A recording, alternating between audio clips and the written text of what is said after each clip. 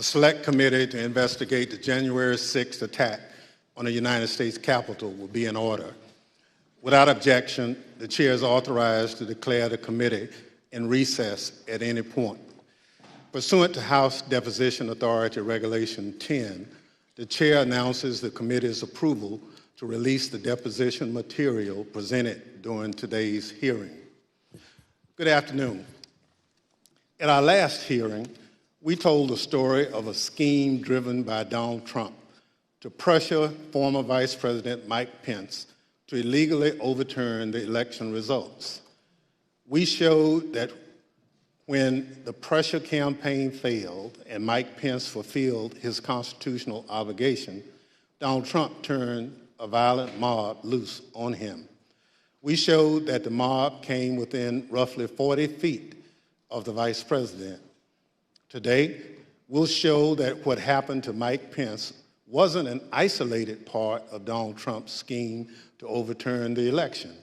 In fact, pressuring public servants into betraying their oaths was a fundamental part of the playbook. And a handful of election officials in several key states stood between Donald Trump and the upending of American democracy. As we begin today, it's important to remember when we count the votes for president, we count the votes state by state. For the most part, the candidates who win the popular vote in a state wins all the state's electoral college votes. And whoever wins a majority of the electoral college votes wins the presidency. So when Donald Trump tried to overturn the election results, he focused on just a few states. He wanted officials at the local and state level to say the vote was tainted by widespread fraud and throw out the results, even though, as we showed last week, there wasn't any voter fraud that could have overturned the election results. And like Mike Pence, these public servants wouldn't go along with Donald Trump's scheme. And when they wouldn't embrace the big lie and substitute the will of the voters with Donald Trump's will to remain in power, Donald Trump worked to ensure they faced the consequences. Threats to people's livelihood and lives, threats of violence that Donald Trump knew about and amplified. And in our other hearings, we can't just look backward at what happened in late 2020 and in the early 2021 because the danger hadn't gone away. Our democracy endured a mighty test on January 6th and in the days before. We say our institutions held. But what does that really mean? Democratic institutions aren't abstractions or ideas. They are local officials who oversee elections, secretaries of state, people in whom we placed our trust that they'll carry out their duties. But what if they don't? 2 weeks ago, New Mexico held its primary elections. One county commission refused to certify the results, citing vague, unsupported claims dealing with Dominion voting machines. The court stepped in, saying New Mexico law required the commission to certify the results. 2 of the 3 members of the commission finally relented.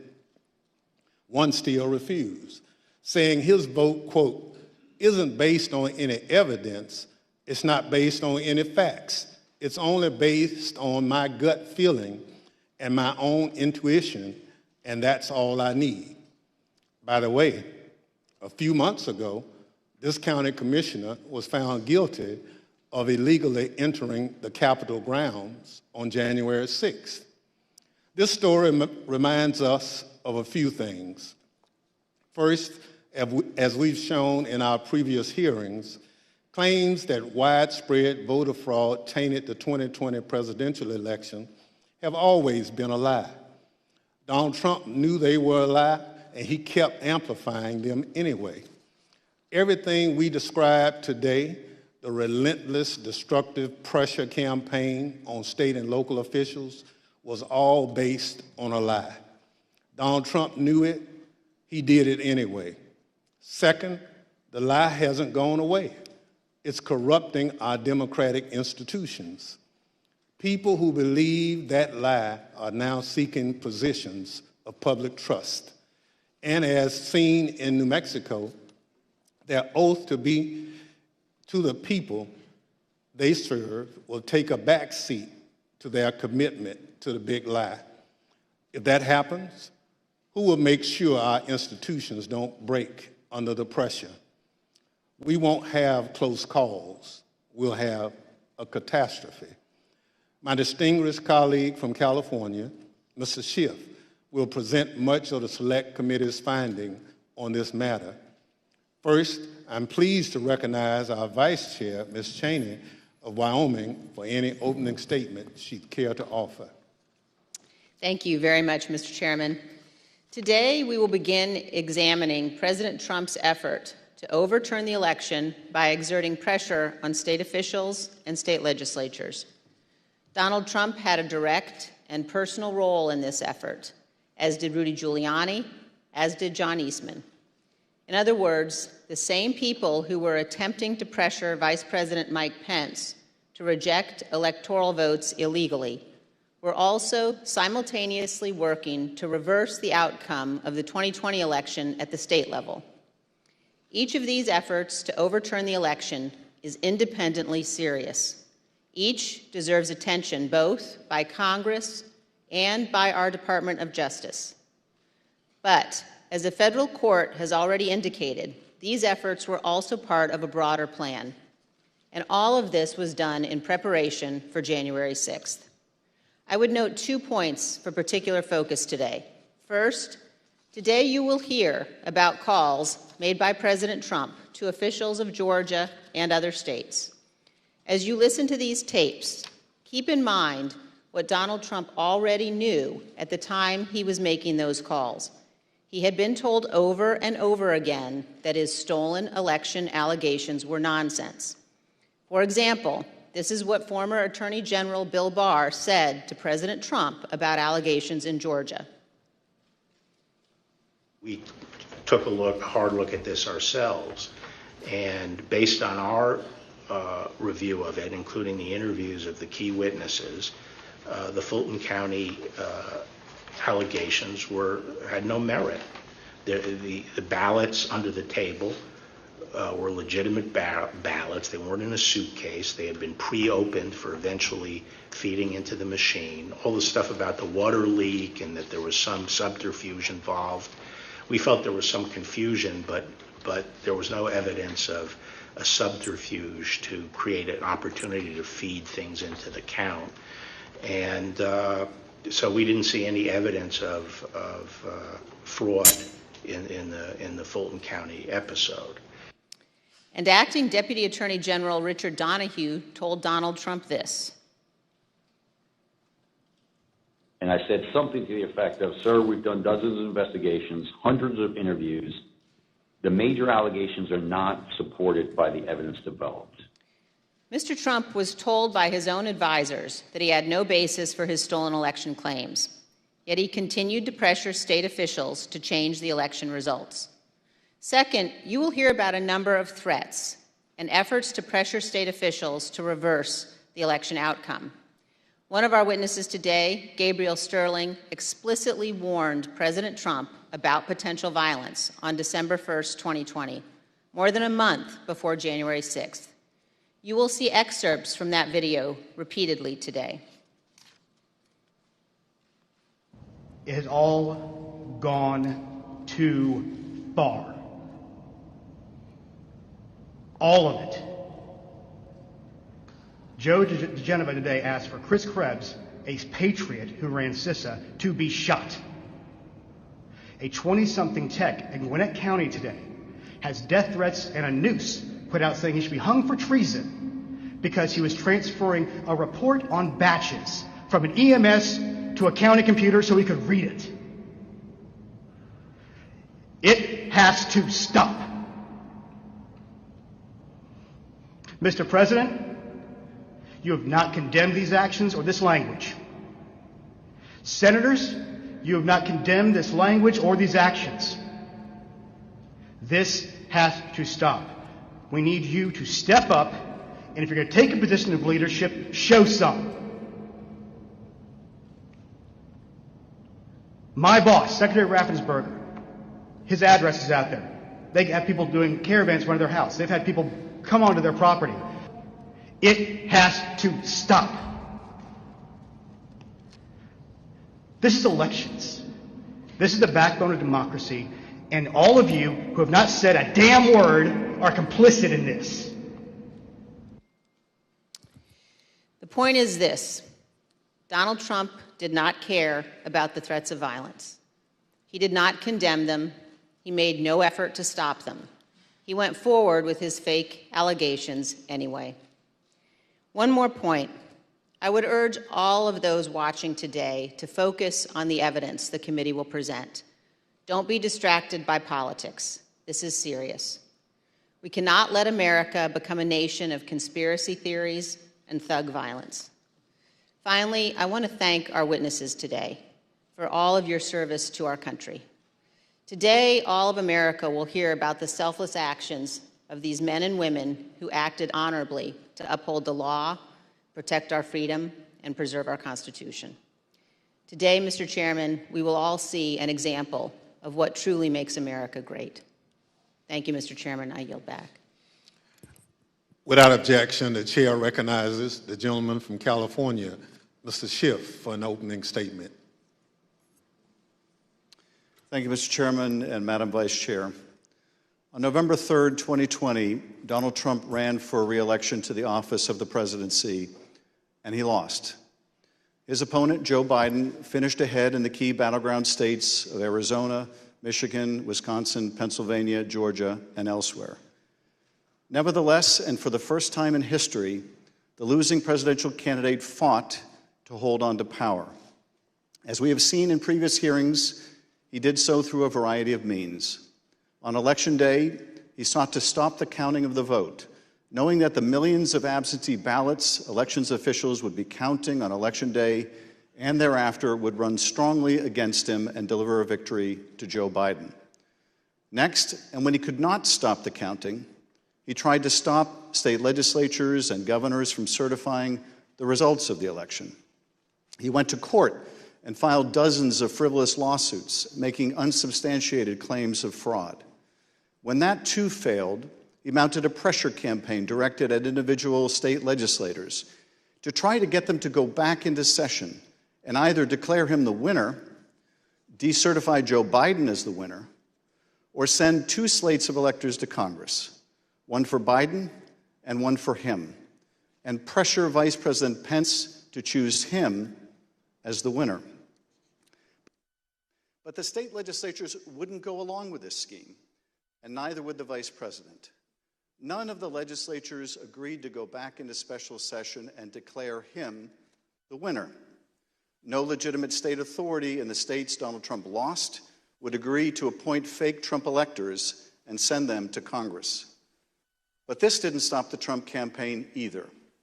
They assembled groups of individuals in key battleground states and got them to call themselves electors, created phony certificates associated with these fake electors, and then transmitted these certificates to Washington and to the Congress to be counted during the joint session of Congress on January 6th. None of this worked. But according to Federal District Judge David Carter, former President Trump and others likely violated multiple federal laws by engaging in this scheme, including conspiracy to defraud the United States. You will hear evidence of the former president and his top advisors' direct involvement in key elements of this plot, or what Judge Carter called a coup in search of a legal theory. For as the judge explained, President Trump's pressure campaign to stop the electoral count did not end with Vice President Pence. It targeted every tier of federal and state elected officials. Convincing state legislatures, he said, to certify competing electors was essential to stop the count and ensure President Trump's re-election. As we have seen in our prior hearings, running through this scheme was a big lie that the election was plagued with massive fraud and somehow stolen. You'll remember what the president's own Attorney General, Bill Barr, said he told the president about these claims of massive fraud affecting the outcome of the election. And I told him that the stuff that his people were shoveling out to the public was bullshit. I mean, that the claims of fraud were bullshit. The president's lie was and is a dangerous cancer on the body politic. If you can convince Americans that they cannot trust their own elections, that any time they lose it is somehow illegitimate, then what is left but violence to determine who should govern? This brings us to the focus of today's hearing. When state elections officials refused to stop the count, Donald Trump and his campaign tried to put pressure on them. When state executive officials refused to certify him the winner of states he lost, he applied more pressure. When state legislators refused to go back into session and appoint Trump electors, he amped up the pressure yet again. Anyone who got in the way of Donald Trump's continued hold on power after he lost the election was the subject of a dangerous and escalating campaign of pressure. This pressure campaign brought angry phone calls and texts, armed protests, intimidation, and all too often threats of violence and death. State legislators were singled out. So too were statewide elections officials. Even local elections workers, diligently doing their jobs, were accused of being criminals and had their lives turned upside down. As we will show, the president's supporters heard the former president's claims of fraud and the false allegations he made against state and local officials as a call to action. Stop the steal! Stop the steal! Stop the steal! You're a threat to democracy! You're a threat to free and honest elections!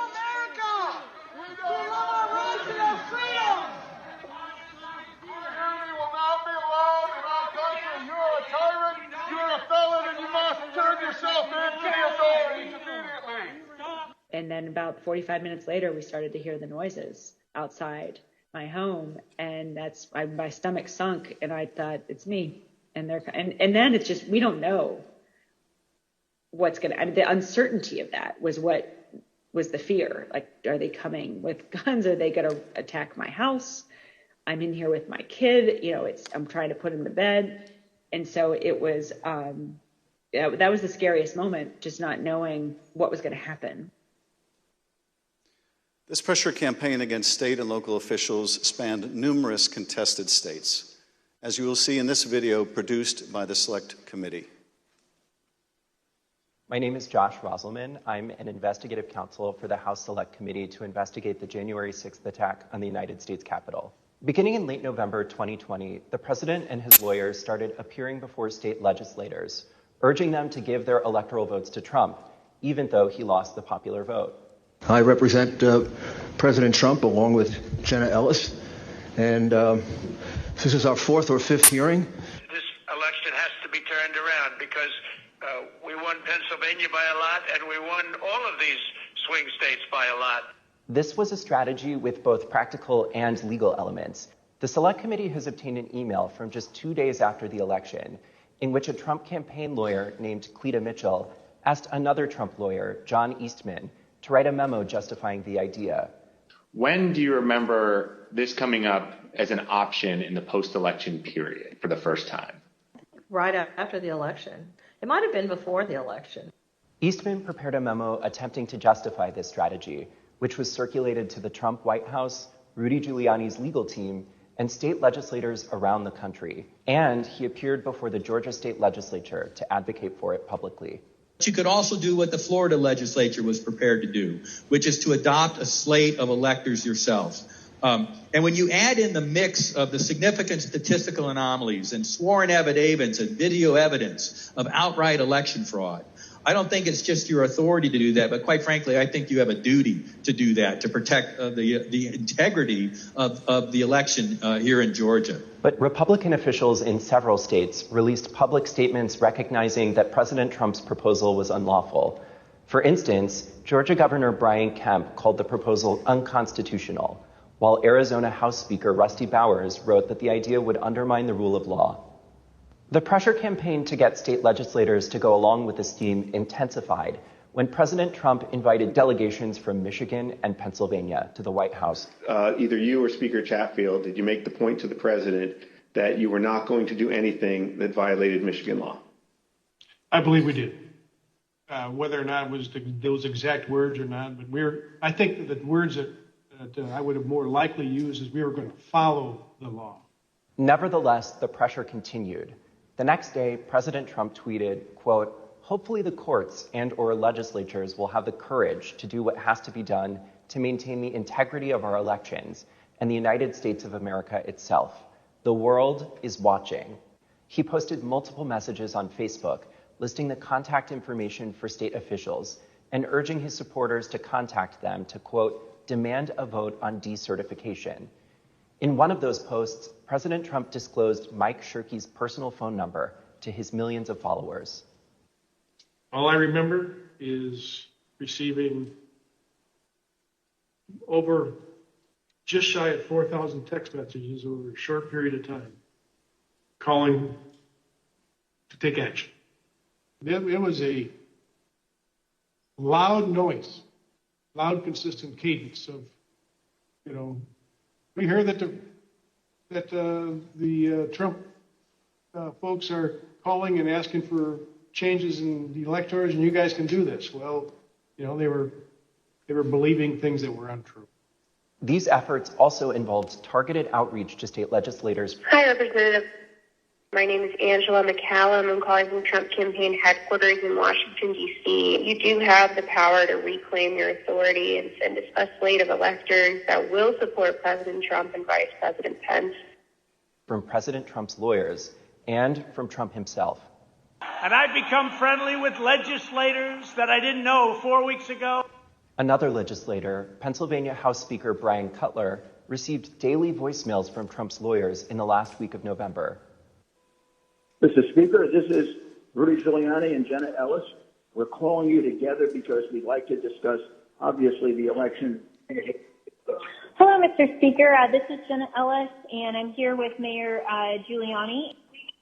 Hey, Brian, it's Rudy. I really have something important to call to your attention that I think really changes things. Cutler felt that the outreach was inappropriate and asked his lawyers to tell Rudy Giuliani to stop calling, but Giuliani continued to reach out. I understand that you don't want to talk to me now. I just want to bring some facts to your attention and talk to you as a fellow Republican. On December 30th, Trump ally Steve Bannon announced a protest at Cutler's home. We're getting on the road and we're going down to Cutler. We're going to start going to offices, and if we have to, we're going to go to homes, and we're going to let them know what we think about them. There were multiple protests. I actually don't remember the exact number. There was at least 3, I think, outside either my district office or my home. And you're correct, my then 15-year-old son was home by himself for the first one. All of my personal information was doxed online. It was my personal email, my personal cell phone, my home phone number. In fact, we had to disconnect our home phone for about 3 days because it would ring all hours of the night and would fill up with messages. Brian Cutler, we're outside. Clerks facing felony charges in Michigan. Poll watchers denied access in Pennsylvania. These ads were another element in the effort. The Trump campaign spent millions of dollars running ads online and on television. The evidence is overwhelming. Call your governor and legislators. Demand they inspect the machines and hear the evidence. Public pressure on state officials often grew dangerous in the lead up to January 6th. Let us in! Let us in! Let us in! Let us in! Special session! Special session! Special session! We'll light the whole shit on fire. What are we going to do? What can you and I do to a state legislator besides kill him? Although we should not do that. I'm not advising that, but I mean, what else can you do, right? The punishment for treason is death. The state pressure campaign and the danger it posed to state officials and to state capitals around the nation was a dangerous precursor to the violence we saw on January 6th at the U.S. Capitol. Today you will hear from Rusty Bowers, the Republican Speaker of the Arizona House of Representatives. He will tell us about his conversations with the President, with Rudy Giuliani and John Eastman, and what the President's team asked of him and how his oath of office would not permit it. You will then hear from Brad Raffensperger, the Republican Secretary of State of Georgia, who Trump directed to, quote, find 11,780 votes that did not exist, but just the exact number of votes needed to overtake Joe Biden.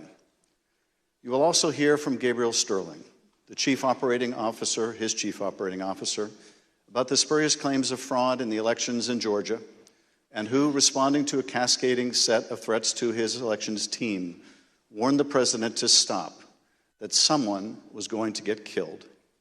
And you will hear from Wandrea Shea Moss, a former local elections worker in Fulton County, Georgia, about how all of the lies about the election impacted the lives of real people who administer our elections and still do.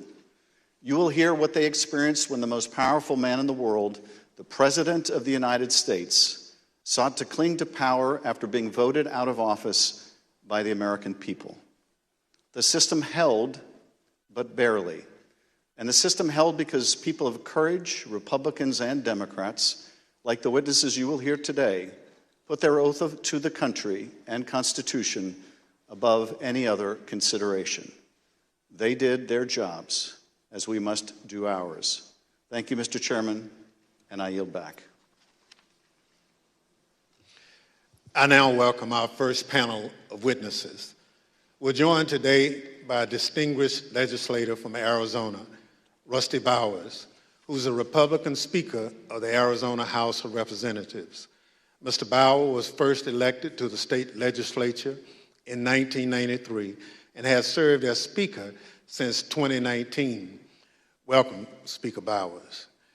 Brad Raffensperger is the 29th Secretary of State of Georgia, serving in this role since 2019.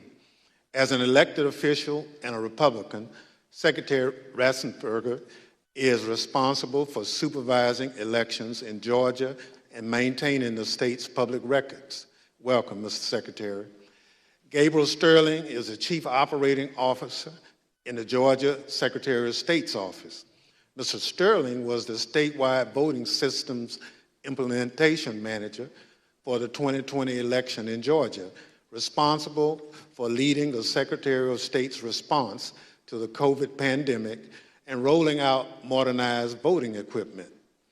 I will swear in our witnesses. The witnesses will please stand and raise their right hand. Do you swear or affirm on the penalty of perjury that the testimony you're about to give is the truth, the whole truth, and nothing but the truth, so help you God? Thank you. Please be seated. Let the record reflect that the witnesses answered in the affirmative. Speaker Bowers, thank you for being with us today. You're the Speaker of the Arizona House and a self-described conservative Republican. You campaigned for President Trump and with him during the 2020 election. Is it fair to say that you wanted Donald Trump to win a second term in office? Please. Yes, sir. Thank you. And is it your understanding that President Biden was the winner of the popular vote in Arizona in 2020? Yes, sir. Thank you. Pursuant to Section 5C8 of House Resolution 503, the chair recognizes the gentleman from California, Mr. Schiff, for questions. Speaker Bowers, thank you for being with us today. Before we begin with the questions that I had prepared for you, I wanted to ask you about a statement that former President Trump issued, which I received just prior to the hearing. Have you had a chance to review that statement? My counsel called from Arizona and read it to me. Yes, sir. In that statement, I won't read it in its entirety. Former President Trump begins by calling you a rhino, Republican in name only. He then references a conversation in November 2020 in which he claims that you told him that the election was rigged and that he had won Arizona. To quote the former president, during the conversation, He told me the election was rigged and that I won Arizona, unquote. Did you have such a conversation with the president? I did have a conversation with the president. That certainly isn't it, but there were parts of it that are true, but there are parts that are not, sir. And the part that I read you, is that false? Anywhere, anyone, anytime has said that I said the election was rigged, that would not be true. And when the former president in his statement today claimed that you told him that he won Arizona, is that also false? That is also false. Mr. Bowers, I understand that after the election, and I don't know whether this is the conversation the former president is referring to, but after the election you received a phone call from President Trump and Rudy Giuliani in which they discussed the result of the presidential election in Arizona. If you would, tell us about that call and whether the former president or Mr. Giuliani raised allegations of election fraud. Thank you. My wife and I had returned from attending our church meetings. It was on a Sunday, and we were still in the driveway, and I had received a call from a colleague telling me that the White House was trying to get in touch with her and I, and that she said, please, if you get a call, let's try to take this together. Immediately, I saw that the White House on my Bluetooth was calling, and I took the call and was asked by I would presume, the operator at the White House if I would hold for the president, which I did, and Mr. Giuliani came on first, and niceties, then Mr. Trump, President Trump, then President Trump came on, and we initiated a conversation. And during that conversation, did you ask Mr. Giuliani for proof of these allegations of fraud that he was making? On multiple occasions, yes. And when you asked him for evidence of this fraud, what did he say? He said that they did have proof, and I asked him, do you have names? For example, we have 200,000 illegal immigrants, some large number, 5,000 or 6,000 dead people, etc. And I said, do you have their names? Yes. Will you give them to me? Yes. The president interrupted and said, give the man what he needs, Rudy. He said, I will. And that happened on at least 2 occasions, that interchange in the conversation. So Mr. Giuliani was claiming in the call that there were hundreds of thousands of undocumented people and thousands of dead people who had purportedly voted in the election? Yes. And you asked him for evidence of that? I did. And did you ever receive from him that evidence either during the call, after the call, or to this day? Never. What was the ask during this call? He was making these allegations of fraud, but he had something or a couple things that they wanted you to do. What were those? The ones I remember were first that we would hold, that I would allow an official committee at the Capitol so that they could hear this evidence and that we could take action thereafter. And I refused. I said, up to that time, the circus, I called it a circus, had been brewing with lots of demonstrations, both at the counting center, at the Capitol, and other places. And I didn't want to have that in the House. I did not feel that the evidence, granted in its absence, merited a hearing, and I didn't want to be used as a pawn if there was some other need that the committee hearing would fulfill. So that was the first ask, that we hold an official committee hearing. And what was his second ask? I said, to what end? To what end the hearing?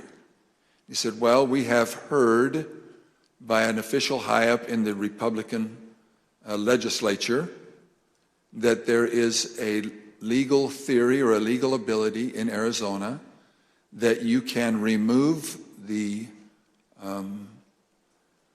electors of President Biden and replace them. And we would like to have the legitimate opportunity through the committee to come to that end and remove that. And I said, that's something that's totally new to me. I've never heard of any such thing. And he pressed that point, and I said, look, you are asking me to do something that is counter to my oath when I swore to the Constitution to uphold it, and I also swore to the Constitution and the laws of the state of Arizona, and this is totally foreign as an idea or a theory to me, and I would never do anything of such magnitude without deep consultation with qualified attorneys. And I said, I've got some good attorneys, and I'm going to give you their names. But you are asking me to do something against my oath, and I will not break my oath. And I think that was up to that point. During the conversation, and you heard, I think, when we played a snippet of Mr. Giuliani calling other state legislators and saying that he was calling us essentially a fellow Republican, did he make a similar appeal to you or bring up the fact that you shared a similar party? Whether it was in that call or in a later meeting, he did bring that up more than once. And how would he bring that up? He would say, aren't we all Republicans here? I would think we would get a better reception. I mean, I would think you would listen a little more open to my suggestions that we're all Republicans. And this evidence that you asked him for that would justify this extraordinary step, I think you said they never produced. Why did you feel, either in the absence of that evidence or with it, what they were asking you to do would violate your oath to the Constitution? First of all, when the people, and in Arizona, I believe some 40 plus years earlier, the legislature had established the manner of electing our officials, or the electors for the presidential race. Once it was given to the people, as in Bush v. Gore, illustrated by the Supreme Court, it becomes a fundamental right of the people.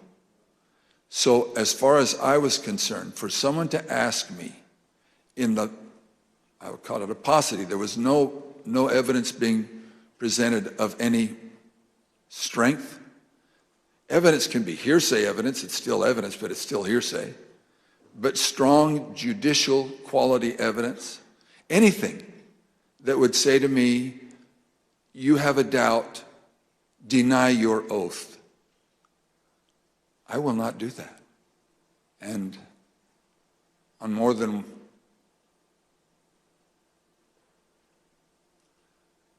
one occasion throughout all this, that has been brought up, and it is a tenet of my faith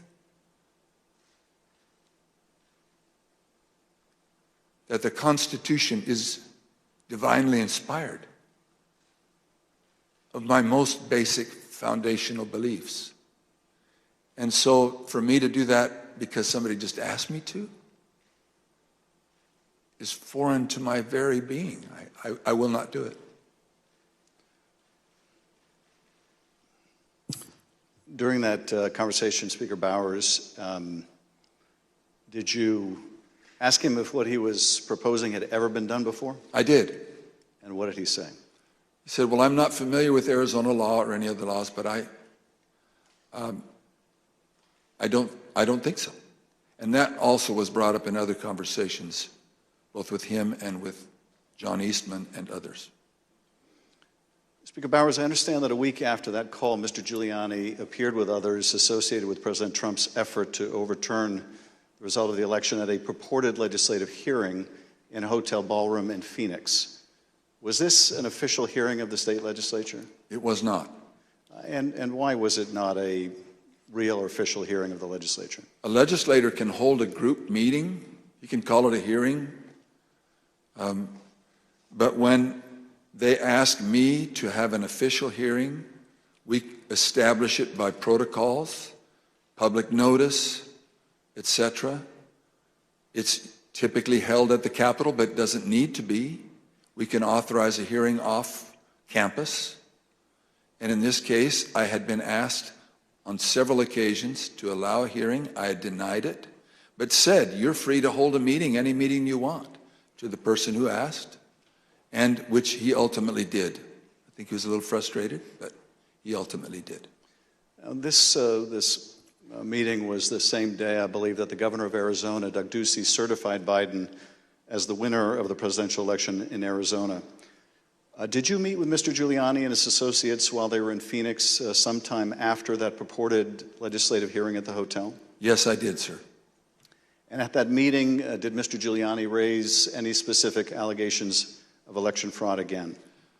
His initial comments were, again, the litany of groups of illegal individuals or people deceased, etc. And he had brought that up. And I wasn't alone in that meeting. There were others, and other members of the Senate aggressively questioned him. And then I proceeded to question him on the proof that he was going to bring me, etc. But he did bring those up, yes. And these other legislators were also Republican members of the Senate? They were, yes, sir. And did they also press him for proof of these allegations? They pressed him very strongly. Two of them especially, very strongly. And at some point, did Mr. Giuliani ask one of the other attorneys on his team to help him out with the evidence? He did. He asked Jenna Ellis, who was sitting to his right.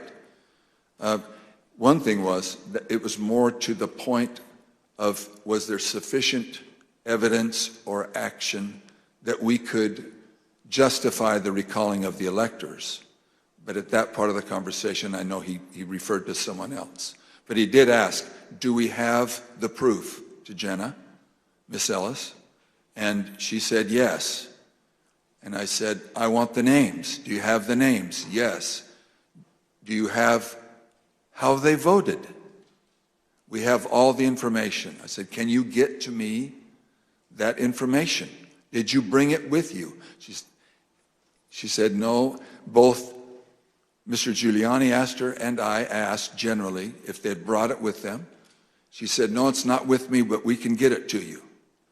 And I said, then you didn't bring me the evidence, which was repeated in different iterations for some period of time.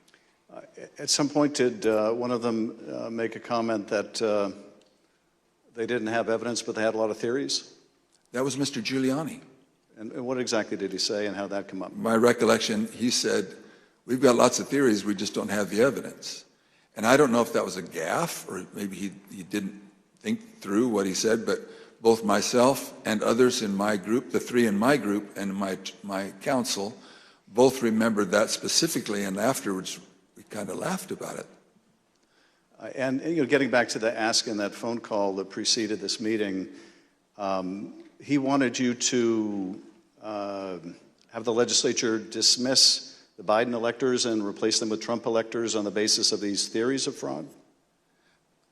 He did not say it in those exact words, but he did say that Arizona law, according to what he understood, that would be allowed, and that we needed to come into session to take care of that, which initiated a discussion about, again, what I can legally and not legally do, and I can't go into session in Arizona unilaterally or on my sole prerogative. In this meeting or at any other later time, did anyone provide you with evidence of election fraud sufficient to affect the outcome of the presidential election in Arizona? No one provided me ever such evidence. The Select Committee has uncovered evidence in the course of our investigation that at Stop the Steal protests at state capitals across the country, there were individuals with ties to the groups or parties involved in the January 6th attack on the U.S. Capitol. One of those incursions took place in the Arizona House of Representatives building, as you can see in this footage.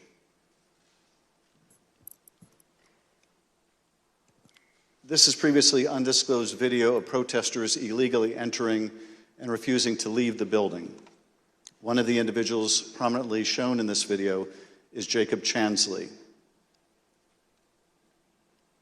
Perhaps better known as the QAnon shaman, this rioter entered the Capitol on January 6th, was photographed leaving a threatening note on the dais in the U.S. Senate chamber, and was ultimately sentenced to 41 months in prison after pleading guilty to obstruction of an official proceeding. Other protesters who occupied the Arizona House of Representatives building included Proud Boys, while men armed with rifles stood just outside the entrance. I understand these protesters were calling for you by name, Speaker Bowers. Is that correct? That is correct.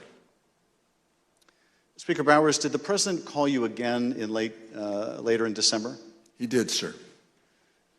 Did you tell the president in that second call that you supported him, that you voted for him, but that you were not going to do anything illegal for him? I did, sir. Nevertheless, his lawyer, John Eastman, called you some days later, on June 4th, 2021, and he did have a very specific ask that would have required you to do just what you had already told the president you wouldn't do, something that would violate your oath. Is that correct? That's correct. It wasn't just me. I had my counsel and others on the call. And what did Dr. Eastman want you to do? That we would, in fact, take a vote to overthrow, or I shouldn't say overthrow, that we would decertify the electors, and that because we had plenary authority to do so. And he cited Article 2, Section 1, I think it's Clause 2, and said that in his opinion that gave us the authority if there was, I don't recall him saying sufficient evidence, but there was some call or some strong reason to do so that we, or justification to do so that we could do that. And that he was asking that his suggestion was that we would do it. And I said, again, I took an oath. For me to take that, to do what you do, would be counter to my oath. I don't recall if it was in that conversation, clearly, that we talked more about the oath, but I said, what would you have me do? And he said, just do it and let the court sort it out. And I said, you're asking me to do something that's never been done in history, the history of the United States, and I'm going to put my state through that without sufficient proof, and that's going to be good enough with me? That I would put us through that, my state, that I swore to uphold both in Constitution and in law? No, sir. He said, well, that's my suggestion would be just do it and let the courts figure it all out. And he didn't use that exact phrase, but that was what his meaning was, and I declined, and I believe that was close to the end of our phone call. And again, this took place after you had recently spoken with President Trump and told him that you wouldn't do anything illegal for him. Is that right? It wasn't days after. Obviously, it was days after, but a few days had gone by. But you had told President Trump you would not do anything illegal for him. I did, both times. And you told Dr. Eastman that you did not believe there was legal support to justify what he was asking, but he still wanted you to do it and effectively let the courts work it out? I've been warned, don't say things you think, maybe he said, but I do remember him saying that the authority of the legislature was plenary and that you can do it. I said, then you should know that I can't even call the legislature into session without a 2/3 majority vote. We're only 30 plus 1. There's no way that could happen. But in your view, what he was asking you to do would have violated your oath to the Constitution, both the United States Constitution and the Constitution of the state of Arizona? Yes, sir. Did you also receive a call from U.S. Representative Andy Biggs of Arizona on the morning of January 6th? I did. And what did Mr. Biggs ask you to do? I believe that was the day that the vote was occurring to each state to have certification, or to declare the certification of the electors. And he asked if I would sign on both to a letter that had been sent from my state and or that I would support the decertification of the electors. And I said I would not. Mr. Speaker, on December 4th, 2020, shortly after your meeting with Rudy Giuliani and other allies of President Trump, you released a statement publicly addressing, quote, calls for the legislature to overturn the 2020 certified election results. The statement is very straightforward in explaining the, quote, breathtaking request, unquote, made by representatives of President Trump.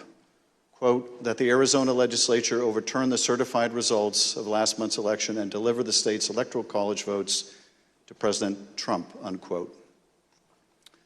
Why did you believe, as you wrote in this statement, that the rule of law forbid you from doing what President Trump and his allies wanted you to do? Representative, I'm sorry, I should be saying, Mr. Chairman, Representative Schiff, there's two sides to the answer. One is, what am I allowed to do, and what am I forbidden to do? We have no legal pathway, both in state law nor to my knowledge in federal law, for us to execute such a request. And I am not allowed to walk or act beyond my authority. If I'm not specifically authorized as a legislator, as a legislature, then I cannot act to the point of calling us into session. Some say that just a few legislators have plenary authority, and that has come as part of all of this discussion, I'll call it. But so to not have authority and be forbidden to act beyond my authority on both counts, I am not authorized to take such action, and that would deny my oath. In your statement, you included excerpts from President Ronald Reagan's inaugural address in 1981.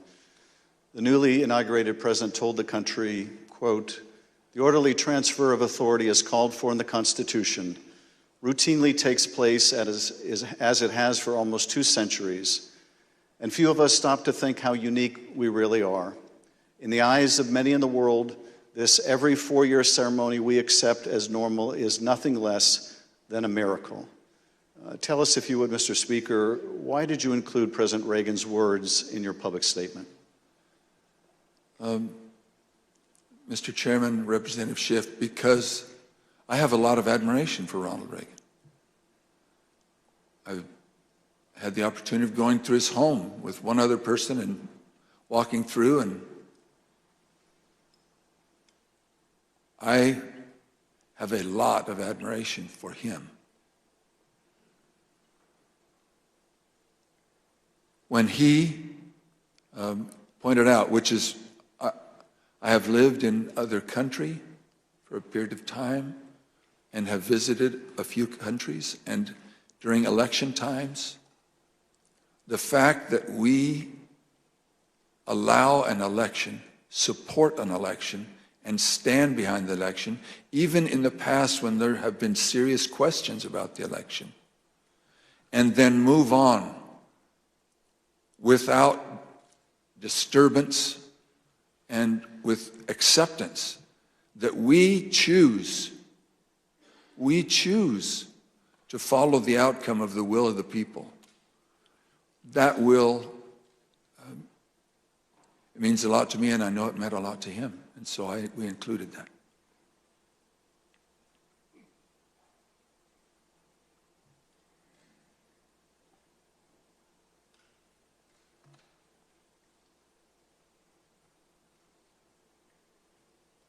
Thank you, Speaker Bowers. I now want to look even more deeply at the fake electors scheme. Every 4 years, citizens from all over the United States go to the polls to elect their president. Under our Constitution, when we cast our votes for president, we are actually voting to send electors pledged to our preferred candidate to the Electoral College. In December, the electors in each state meet, cast their votes, and send those votes to Washington. There is only one legitimate slate of electors from each state. On the 6th day of January, Congress meets in a joint session to count those votes, and the winner of the Electoral College vote becomes the president. In this next segment, you'll hear how President Trump and his campaign were directly involved in advancing and coordinating the plot to replace legitimate Biden electors with fake electors not chosen by the voters. You'll hear how this campaign convinced these fake electors to cast and submit their votes through fake certificates, telling them that their votes would only be used in the event that President Trump won his legal challenges. Yet when the president lost those legal challenges, when courts rejected them as frivolous and without merit, the fake elector scheme continued. At this point, President Trump's own lawyers, so-called Team Normal, walked away rather than participate in the plan. And his own White House counsel's office said that the plan was not legally sound. Let's play the following video produced by the Select Committee. My name is Casey Lucier. I'm an investigative counsel for the House Select Committee to investigate the January 6th attack on the United States Capitol. On November 18th, a lawyer working with the Trump campaign named Kenneth Cheeseborough wrote a memo arguing that the Trump campaign should organize its own electors in the swing states that President Trump had lost. The Select Committee received testimony that those close to President Trump began planning to organize fake electors for Trump in states that Biden won in the weeks after the election. Who do you remember being involved in those early discussions around the Thanksgiving time regarding having alternate electors meet? Mr. Giuliani, several of Mr. Giuliani's associates, Mr. Meadows,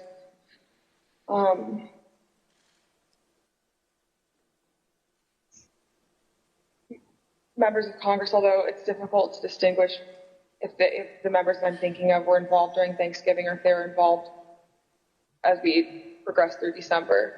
At the president's direct request, the RNC assisted the campaign in coordinating this effort. What did the president say when he called you? Essentially, he turned the call over to Mr. Eastman, who then proceeded to talk about the importance of the RNC helping the campaign gather these contingent electors in case any of the legal challenges that were ongoing changed the result of any of the states. I think more just helping them reach out and assemble them. But my understanding is the campaign did take the lead, and we just were helping them in that role.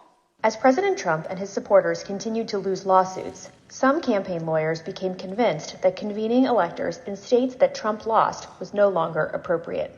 I just remember I either replied or called somebody saying, unless we have litigation pending that's like in these states, like I don't think this is appropriate, or this isn't the right thing to do. I don't remember how I phrased it, but and I got into a little bit of a back and forth, and I think it was with Ken Cheeseborough, where I said, all right, you just get after it. Like I'm out. At that point, I had Josh Finley email Mr. Chesbrough politely to say, this is your task. You are responsible for the Electoral College issues moving forward. And this was my way of taking that responsibility to zero. The committee learned the White House counsel's office also felt the plan was potentially illegal. And so to be clear, did you hear the White House counsel's office say that this plan to have alternate electors meet and cast votes for Donald Trump in states that he had lost was not legally sound? Yes, sir. And who was present for that meeting that you remember? It was in our office. It was Mr. Meadows, Mr. Giuliani, and a few of Mr. Giuliani's associates. The Select Committee interviewed several of the individual fake electors, as well as Trump campaign staff who helped organize the effort. We were just, kind of useful idiots or rubes at that point. A strong part of me really feels that it's just kind of as the road continued and as that was failure, that got formulated as what do we have on the table? Let's just do it. And now, after what we've told you today about the Select Committee's investigation about the conclusion of the professional lawyers on the campaign staff, Justin Clark, Matt Morgan, and Josh Finley, about their unwillingness to participate in the convening of these electors, how does that contribute to your understanding of these issues? I'm angry. Because I think in a sense, no one really cared if people were potentially putting themselves in jeopardy. Would you have not wanted to participate in this any further as well? I absolutely would not have. Had I known that the three main lawyers for the campaign that I've spoken to in the past and were leading up were not on board. Yeah. I was told that these would only count if a court ruled in our favor. So that would have been using our electors in ways that we weren't told about, and we wouldn't have supported. Documents obtained by the Select Committee indicate that instructions were given to the electors in several states that they needed to cast their ballots in complete secrecy. Because this scheme involved fake electors, those participating in certain states had no way to comply with state election laws, like where the electors were supposed to meet. One group of fake electors even considered hiding overnight to ensure that they could access the state capitol, as required in Michigan. Did Mr. Norton say who he was working with at all on this effort to have electors meet? He said he was working with the president's campaign. He told me that the Michigan Republican electors were planning to meet in the Capitol and hide overnight so that they could fulfill the role of casting their vote in per law in the Michigan chambers. And I told him in no uncertain terms that that was insane and inappropriate. In one state, the fake electors even asked for a promise that the campaign would pay their legal fees if they got sued or charged with a crime. Ultimately, fake electors did meet on December 14th, 2020 in Arizona, Georgia, Michigan, Pennsylvania, New Mexico, Nevada, and Wisconsin. At the request of the Trump campaign, the electors from these battleground states signed documents falsely asserting that they were the, quote, duly elected electors from their state, and submitted them to the National Archives and to Vice President Pence in his capacity as President of the Senate. Here is what some of the fake elector certificates look like as compared to the real ones. But these ballots had no legal effect. In an email produced to the Select Committee, Dr. Eastman told a Trump campaign representative that it did not matter that the electors had not been approved by a state authority. Quote, the fact that we have multiple slates of electors demonstrates the uncertainty of either. That should be enough. He urged that Pence act boldly and be challenged. Documents produced to the Select Committee show that the Trump campaign took steps to ensure that the physical copies of the fake electors' electoral votes from 2 states were delivered to Washington for January 6th. Text messages exchanged between Republican Party officials in Wisconsin show that on January 4th, the Trump campaign asked for someone to fly their fake electors' documents to Washington. A staffer for Wisconsin Senator Ron Johnson texted a staffer for Vice President Pence just minutes before the beginning of the joint session. This staffer stated that Senator Johnson wished to hand-deliver to the vice president the fake electors' votes from Michigan and Wisconsin. The vice president's aide unambiguously instructed them not to deliver the fake votes to the vice president. Even though the fake elector slates were transmitted to Congress and the executive branch, the vice president held firm in his position that his role was to count lawfully submitted electoral votes. Joseph R. Biden, Jr. of the state of Delaware has received 306 votes. Donald J. Trump of the state of Florida has received 232 votes. Which is what he did when the joint session resumed on January 6th after the attack on the Capitol.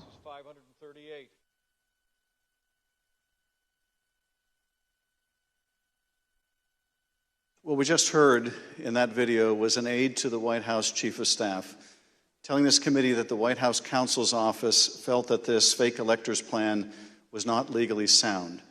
Nevertheless, the Trump campaign went forward with the scheme anyway. Speaker Bowers, were you aware that fake electors had met in Phoenix on December 14th and purported to cast electoral votes for President Trump? I was not. When you learned that these electors had met and sent their electoral votes to Washington, what did you think? Well, I thought of the book, The Gang That Couldn't Shoot Straight. And I just thought, this is a tragic parody. Mr. Bowers, I understand that as you flew from Phoenix to Washington yesterday, you reflected upon some passages from a personal journal that you were keeping in December 2020 while all of this was taking place. With your permission, I'm wondering if you would be willing to share one passage in particular with us. Thank you very much. It is painful to have friends who have been such a help to me turn on me with such rancor. I may, in the eyes of men, not hold correct opinions or act according to their vision or convictions, but I do not take this current situation in a light manner, a fearful manner, or a vengeful manner. I do not want to be a winner by cheating. I will not play with laws I swore allegiance to with any contrived desire towards deflection of my deep foundational desire to follow God's will as I believe He led my conscience to embrace. How else will I ever approach Him in the wilderness of life, knowing that I ask this guidance only to show myself a coward in defending the course He let me take. He led me to take. Thank you, Mr. Speaker. Those are powerful words. I understand that taking the courageous positions that you did following the 2020 election in defense of the rule of law and protecting the voters of Arizona resulted in you and your family being subjected to protests and terrible threats. Can you tell us how this impacted you and your family? Well, as others in the videos have mentioned, we received, my secretaries would say, in excess of 20,000 emails and tens of thousands of voicemails and texts, which saturated our offices and we were unable to work, or at least communicate. But at home,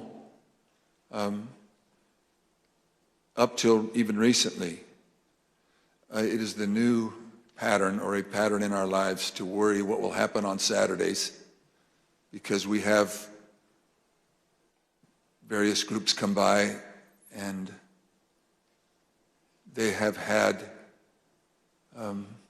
video panel trucks with videos of me proclaiming me to be a pedophile and a pervert and a corrupt and politician and blaring loudspeakers in my neighborhood and leaving literature both on my property but arguing and threatening with neighbors and with myself.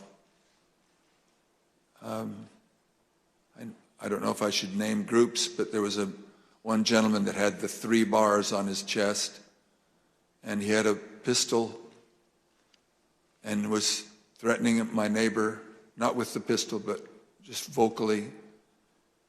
When I saw the gun, I knew I had to get close. And at the same time, on some of these, we had a daughter who was gravely ill, who was upset by what was happening outside. And my wife, that was a valiant person, very, very strong, quiet, very strong woman.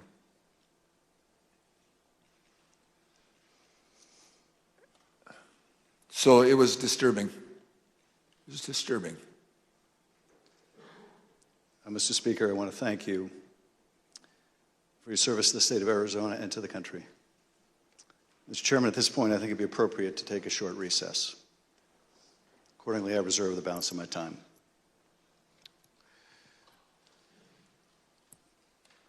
The chair requests that those in the hearing room remain seated until the Capitol Police have escorted members and witnesses from the room.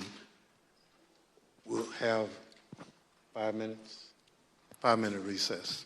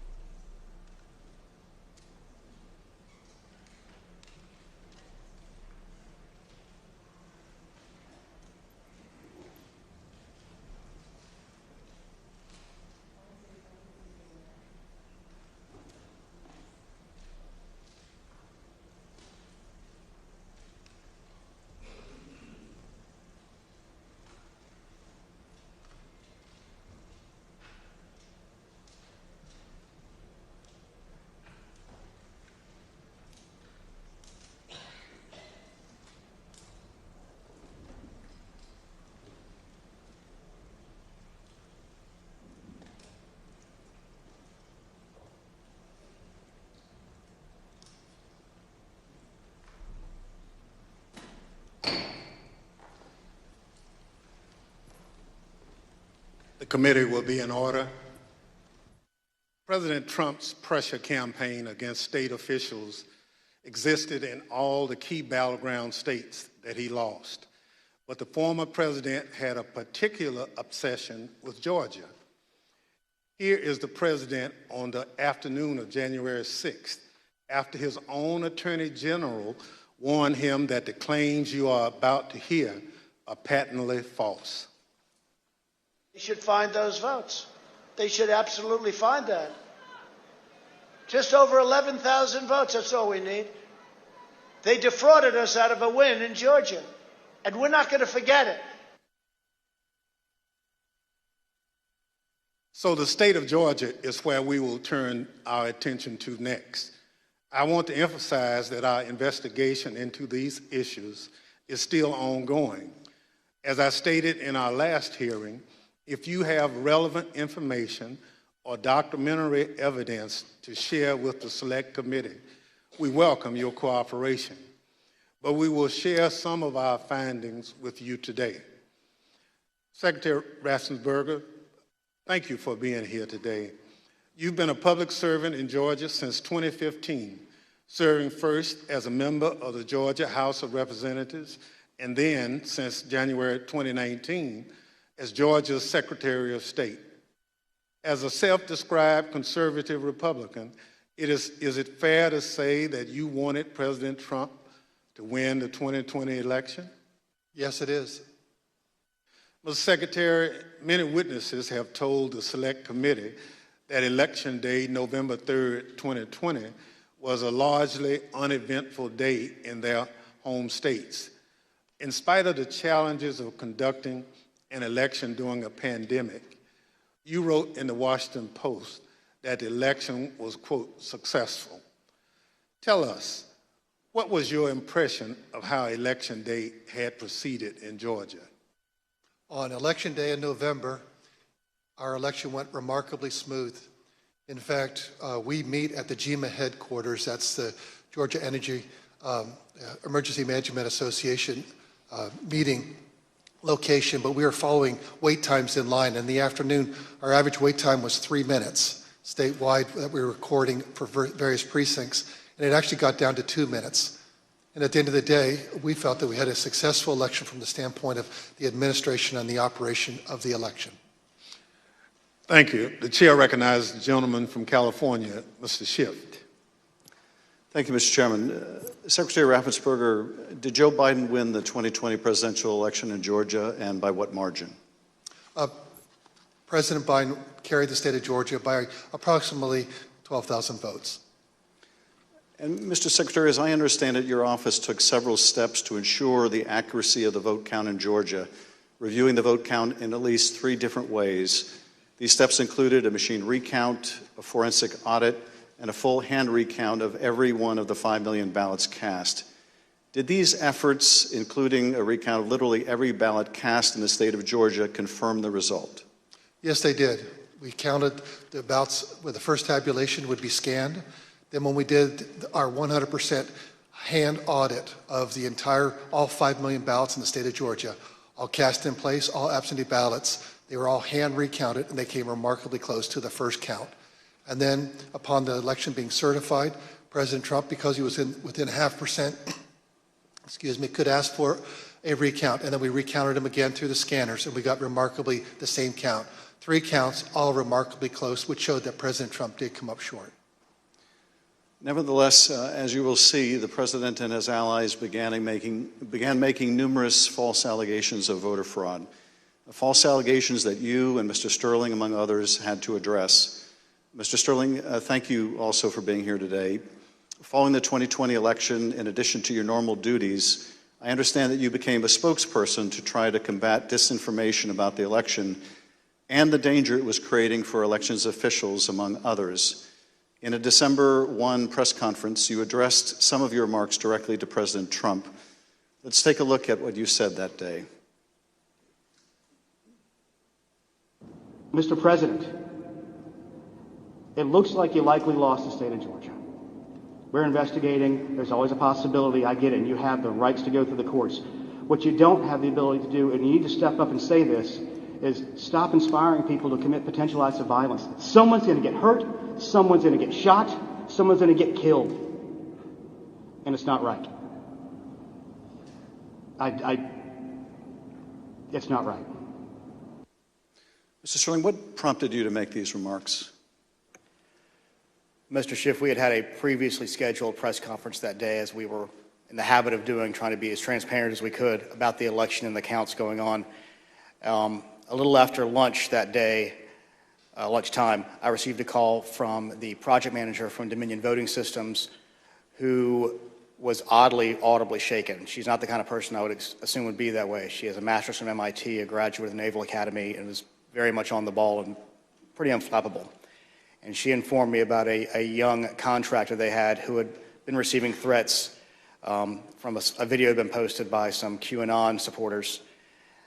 And at that point, we had been steeping in this kind of stuff. So it was around us all the time. So I didn't take note of it more than adding to the pile of other stuff we were having to deal with. And I did pull up Twitter, and I scrolled through it, and I saw the young man's name. It was a particular tweet that, for lack of a better word, was a straw that broke the camel's back. Had the young man's name. It was a very unique name. I believe he was a first-generation American. And it said, had his name, "You've committed treason. May God have mercy on your soul," with a slowly twisting gif of a noose. And for lack of a better word, I lost it. I just got irate. My boss was with me at the time, the Deputy Secretary, Jordan Fuchs, and she could tell that I was angry. I tend to turn red from here up when that happens, and that happened at that time. And she called Secretary Raffensperger to say, "We're seeing these kind of threats, and Gabe thinks we need to say something about it." And the Secretary said yes, and that's what prompted me to do what I did. I lost my temper, but it seemed necessary at the time because it was just getting worse. And I could not tell you why that particular one was the one that put me over the edge, but it did. Now, after you made this plea to the president, did Donald Trump urge his supporters to avoid the use of violence? Not to my knowledge. Now, as we know, the president was aware of your speech because he tweeted about it later that day. Let's take a look at what the president said. In the tweet, Donald Trump claims that there was, quote, massive voter fraud in Georgia. Mr. Sterling, that was just plain false, wasn't it? Yes, sir. Nevertheless, the very next day, on December 2nd, President Trump released a lengthy video again making false claims of election fraud in Georgia. Let's take a look at what he said this time. They found thousands and thousands of votes that were out of whack, all against me. In fact, the day after Donald Trump released that video, so now we're talking just 2 days after the emotional warning that you gave that someone's going to get killed, representatives of President Trump appeared in Georgia, including Rudy Giuliani, and launched a new conspiracy theory that would take on a life of its own and threaten the lives of several innocent election workers. This story falsely alleges that sometime during election night, election workers at the State Farm Arena in Atlanta, Georgia, kicked out poll observers. After the observers left, the story goes, these workers pulled so-called suitcases of ballots from under a table and ran those ballots through counting machines multiple times.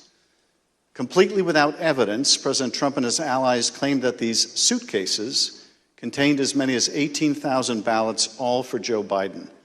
None of this was true.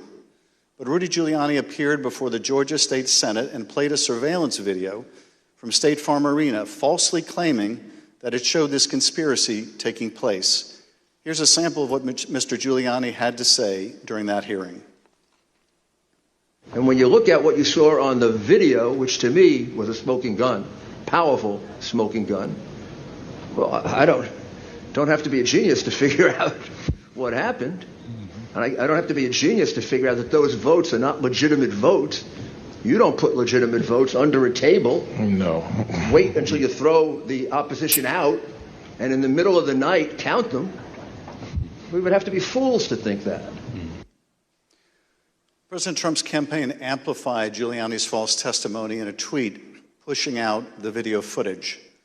Giuliani likewise pushed out his testimony on social media, As you can see in this tweet, Mr. Giuliani wrote that it was, quote, now beyond doubt, unquote, that Fulton County Democrats had stolen the election. Later in this hearing, we'll hear directly from one of the election workers in this video about the effect these lies had on her and on her family. Mr. Sterling, did the investigators in your office review the entire surveillance tape from the State Farm Arena on election night? They actually reviewed approximately 48 hours going over the time period where action was taking place at the counting center at State Farm Arena. And what did the tape actually show? Depending on which time you want to start, because as was mentioned, this conspiracy theory took on a life of its own, where they conflated a water main break that wasn't a water main break and throwing observers out and a series of other things. What it actually showed was Fulton County election workers engaging in normal ballot processing. One of the things that was very frustrating was the so-called suitcases of ballots from under the table. If you watch the entirety of the video, you saw that these were election workers who were under the impression they were going to get to go home around 10:30. People are putting on their coats. They're putting ballots that are prepared to be scanned into ballot carriers that are then sealed with tamper-proof seals so that they're not messed with. It's an interesting thing because you watch there's 4 screens of the video, and as you're watching it, you can see the election monitors in the corner with the press as they're taking these ballot carriers and putting them under the table. You see it there. One of the other hidden ones, if you looked at the actual tape, was on the outside of the table, just from the camera angle. You couldn't see it originally. And this goes under the no good deed goes unpunished. We were told, we were at GEMA, as the secretary pointed out, and we were told that it looked like they were shutting down the Fulton County counting. The secretary expressed some displeasure at that because we wanted to everybody keep counting so we could get to the results and know what was happening. So our elections director called their elections director, who was at another location because this was election day. There was 2 different places where ballot things were being done by the Fulton County office.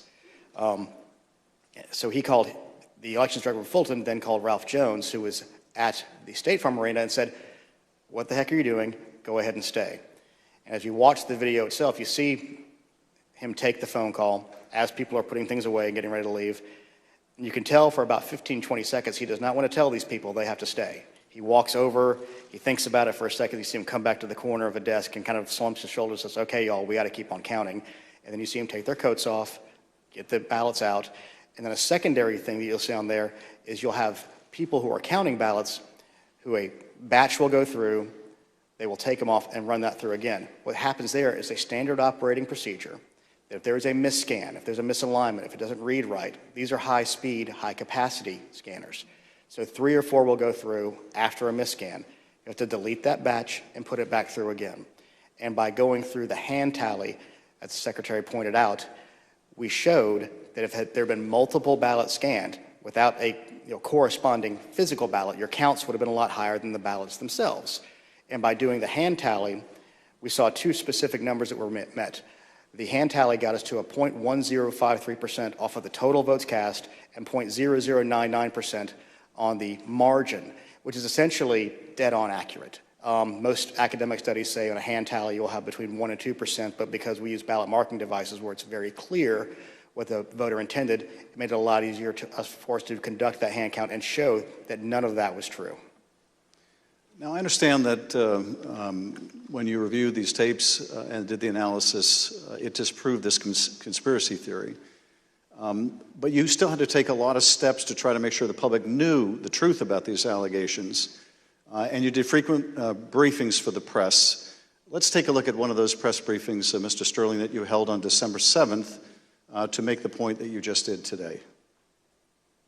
Move on to what I'm going to call Disinformation Monday.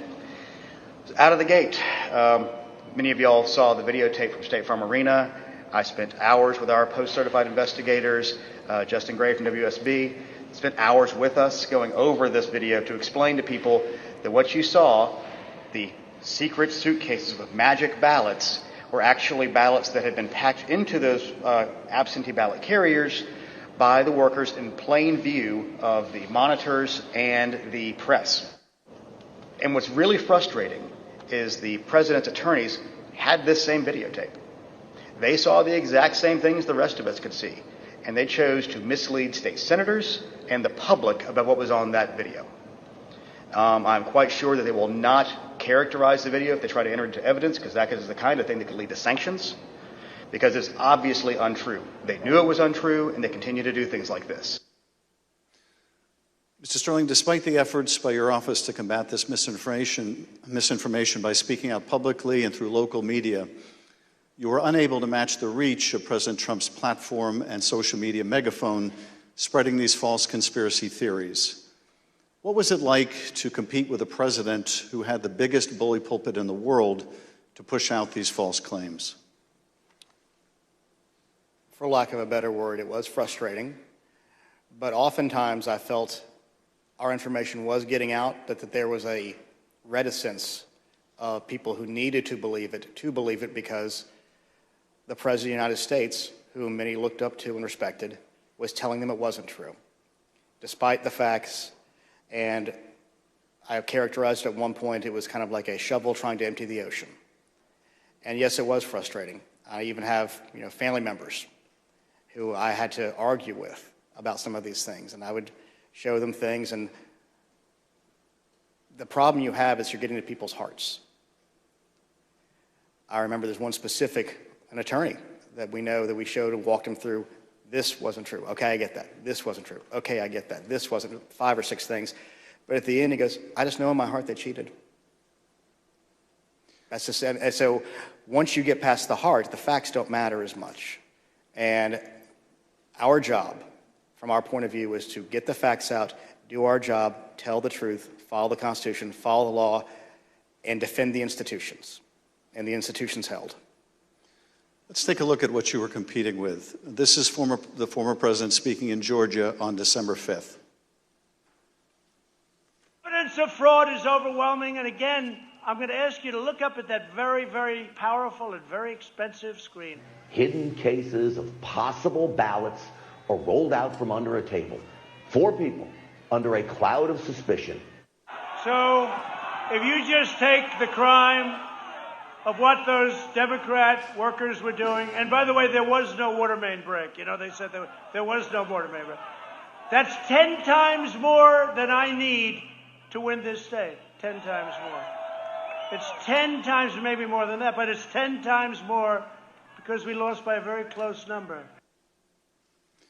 this committee's hearing last Monday, we heard from senior federal law enforcement officials, from the senior-most federal law enforcement official in Atlanta at the time, U.S. Attorney for the Northern District, B.J. Pack, as well as former Attorney General Bill Barr. They both testified that the allegations were thoroughly investigated and found to have no merit. Here is U.S. Attorney Pack. To go to Attorney General Barr, I told him that we looked into it. We've done several things, including interviewing the witnesses.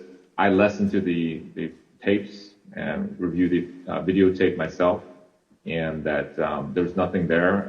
Giuliani was wrong in representing that this was a suitcase full of ballots. And here's what Attorney General Bill Barr had to say about the same allegations.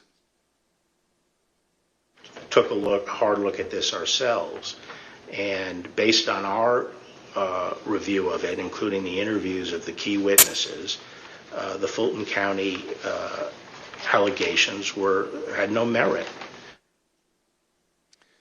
We also have testimony from senior Department of Justice officials establishing that they specifically told President Trump that these allegations had been thoroughly investigated and were completely without merit. Here is Acting Deputy Attorney General Richard Donahue describing a phone conversation in which he specifically told President Trump that these allegations were false.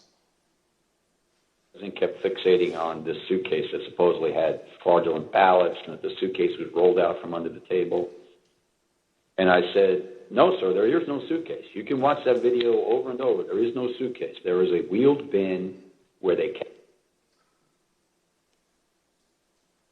carry the ballots.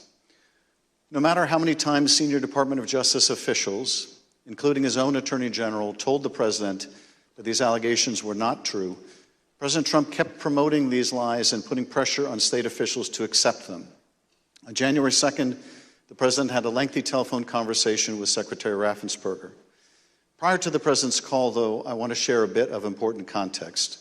First, the White House, including the former President's Chief of Staff, Mark Meadows, repeatedly called or texted the Secretary's office some 18 times in order to set up this call. They were quite persistent. Second, Chief of Staff Mark Meadows took the extraordinary step of showing up at a signature audit site in Georgia, where he met with Secretary Raffensperger's chief investigator, Francis Watson, who was supervising that audit process.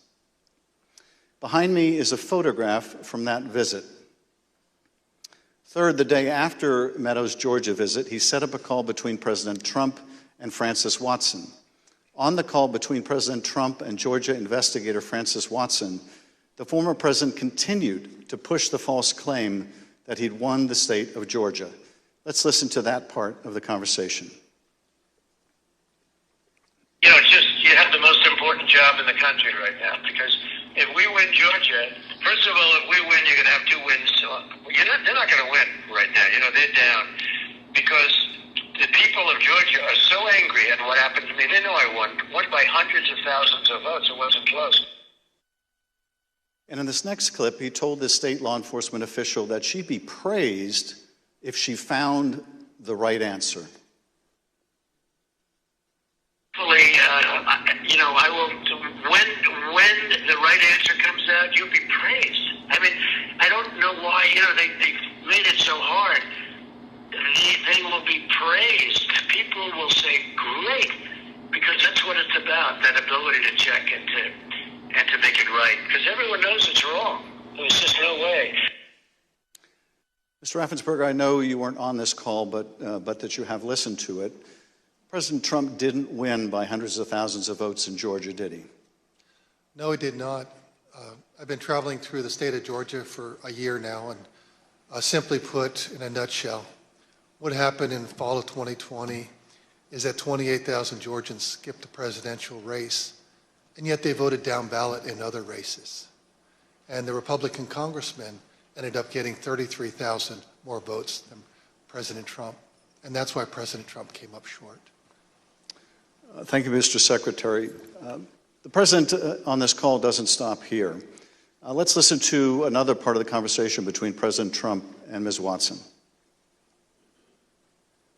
Anyway, but whatever you can do, Francis, it would be, it's a great thing. It's an important thing for the country. So important. You have no idea it's so important. Well, and I very much appreciate it. Whatever you can do, Francis. This is the President of the United States calling an investigator looking into the election in which he is a candidate and asking her to do whatever you can do. Mr. Secretary, he placed this call to your chief investigator on September 23rd, 2020. The Select Committee has received text messages indicating that Mark Meadows wanted to send some of the investigators in her office, in the words of one White House aide, a shitload of POTUS stuff, including coins, actual autographed MAGA hats, etc. White House staff intervened to make sure that didn't happen. It was clear at the time of this call that the former president had his sights set on January 6th. Listen to this portion when he told Francis Watson about a very important date. Do you think they'll be working after Christmas to keep it going fast? Because, you know, we have that date of the 6th, which is a very important date. That important date, of course, was the joint session of Congress, where Georgia's electoral votes would be counted for Joe Biden. A little over a week after this call to Francis Watson, the President was finally able to speak with you, Secretary Raffensperger. Bear in mind, as we discuss this call today, that by this point in time, early January, the election in Georgia had already been certified. But perhaps more important, the President of the United States had already been told repeatedly by his own top Justice Department officials that the claims he was about to make to you about massive fraud in Georgia were completely false. Mr. Secretary, the call between you and the President lasted 67 minutes, over an hour. We obviously can't listen to the entire recording here today, although it is available on the Select Committee's website. But we'll listen to selected excerpts of it now so that we can get your insights. Let's begin with the President raising the thoroughly debunked allegations of suitcases of ballots. in an official voter box. They were in what looked to be suitcases or trunks, suitcases, but they weren't in voter boxes. The minimum number it could be, because we watched it and they watched it certified in slow motion, instant replay, if you can believe it, but had slow motion and it was magnified many times over. And the minimum it was 18,000 ballots, all for Biden. These are the allegations that the Department of Justice, the Attorney General, the Georgia Bureau of Investigation, and your office had all said were false. Is that right? Correct. And even more importantly, when B.J. Pack resigned as U.S. Attorney of the Northern District, President Trump appointed as acting U.S. Attorney of the Northern District Bobby Christine. And Bobby Christine looked at that, and he was quoted in the AJC that he found nothing. And he dismissed that case early also. Thank you, Mr. Secretary. The President references suitcases or trunks. Mr. Sterling, were the objects seen in these videos suitcases or trunks, or were they just the ordinary containers that are used by election workers? They're standard ballot carriers that allow for seals to be put on them so they're tamper-proof. And finally, the President claims that there was a minimum of 18,000 ballots somehow smuggled in, all for Biden. I take it, gentlemen, that was also categorically false? There's no physical way he can know who those ballots were for, but secondarily, Fulton County for years has been an issue in our state when it comes to elections. So they had a very difficult time during the primary, in large part because of COVID. So we had put them under a consent decree the Secretary got negotiated, where we had a monitor on site. And his name is Carter Jones, and he took a notation. He had gone from State Farm to the English Street warehouse to look at Election Day activities, but before he left the State Farm Arena, he noted how many ballots had been counted on each one of the machines. And when he came back after we found out they were working again, he took note again when they closed.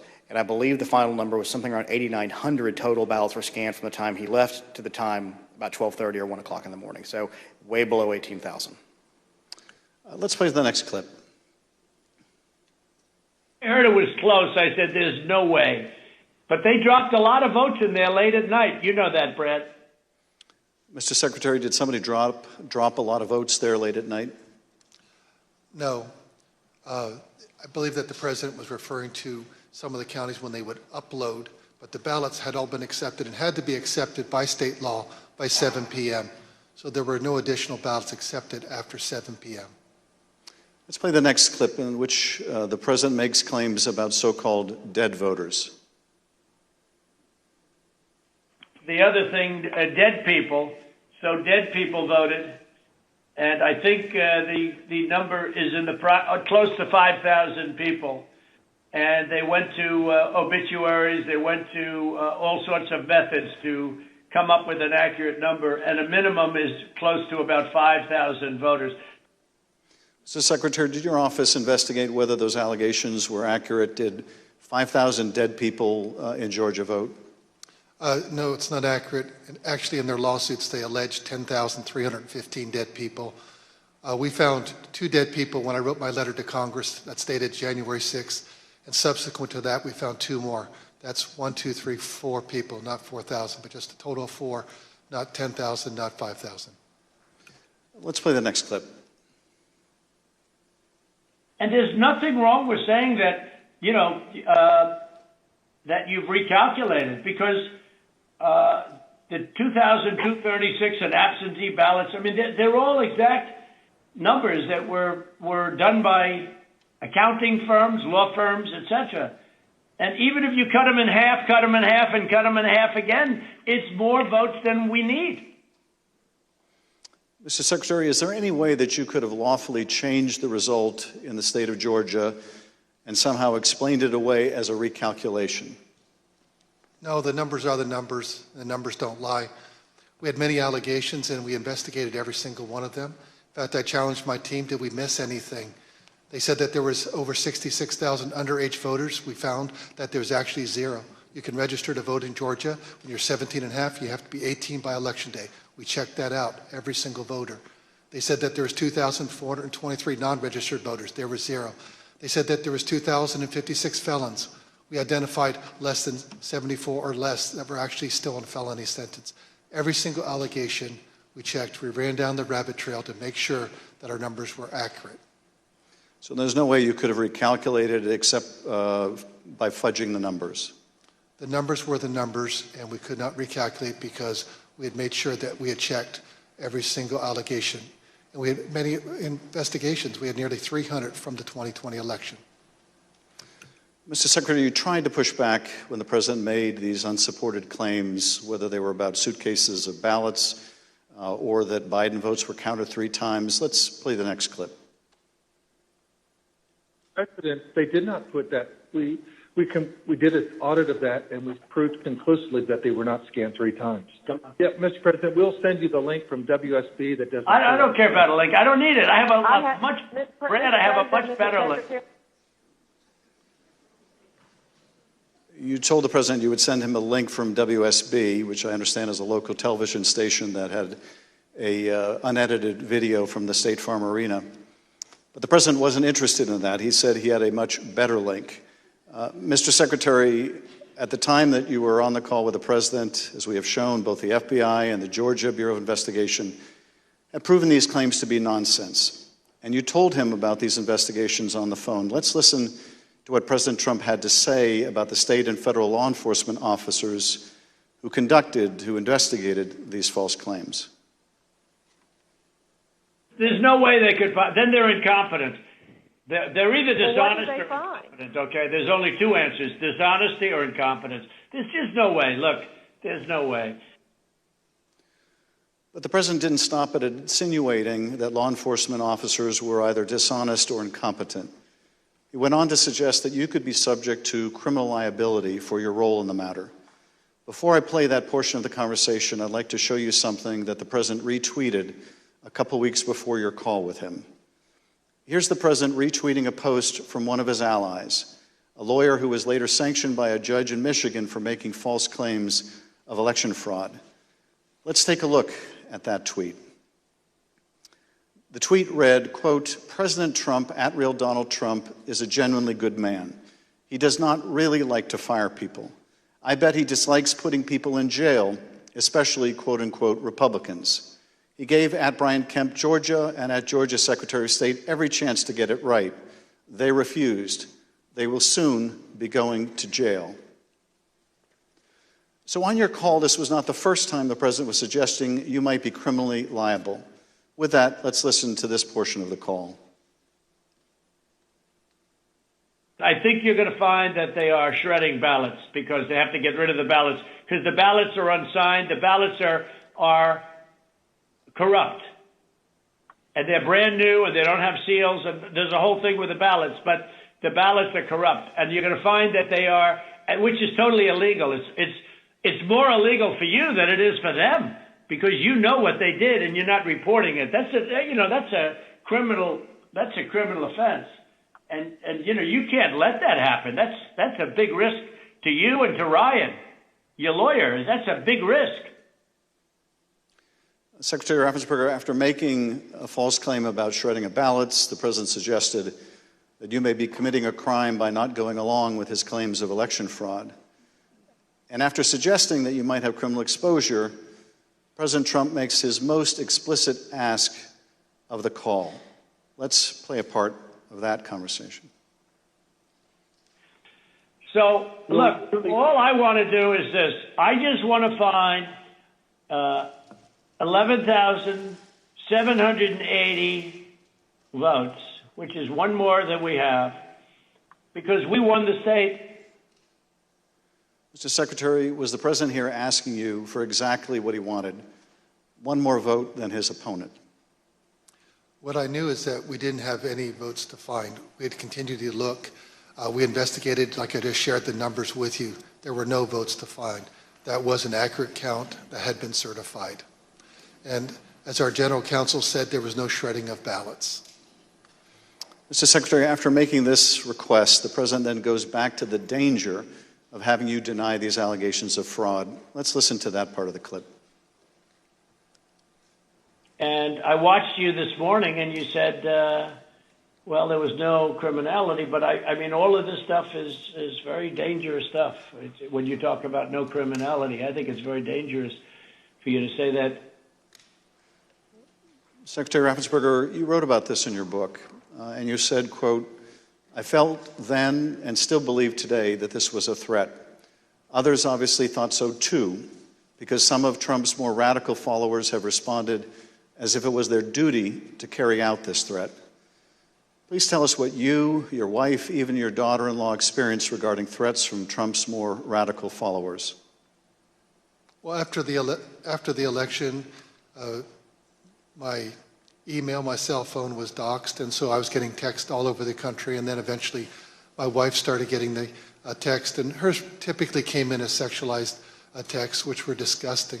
You have to understand that Trish and I, we met in high school, and we've been married over 40 years now, and so they started going after her, I think, just to probably put pressure on me. Why don't you just quit, walk away? And so that happened, and then some people broke into my daughter-in-law's home, and my son has passed, and she's a widow and has 2 kids, and so we're very concerned about her safety also. And Mr. Secretary, why didn't you just quit and walk away? Because I knew that we had followed the law and we had followed the Constitution, and I think sometimes moments require you to stand up and just take the shots when you're doing your job, and that's all we did. You know, we just followed the law and we followed the Constitution.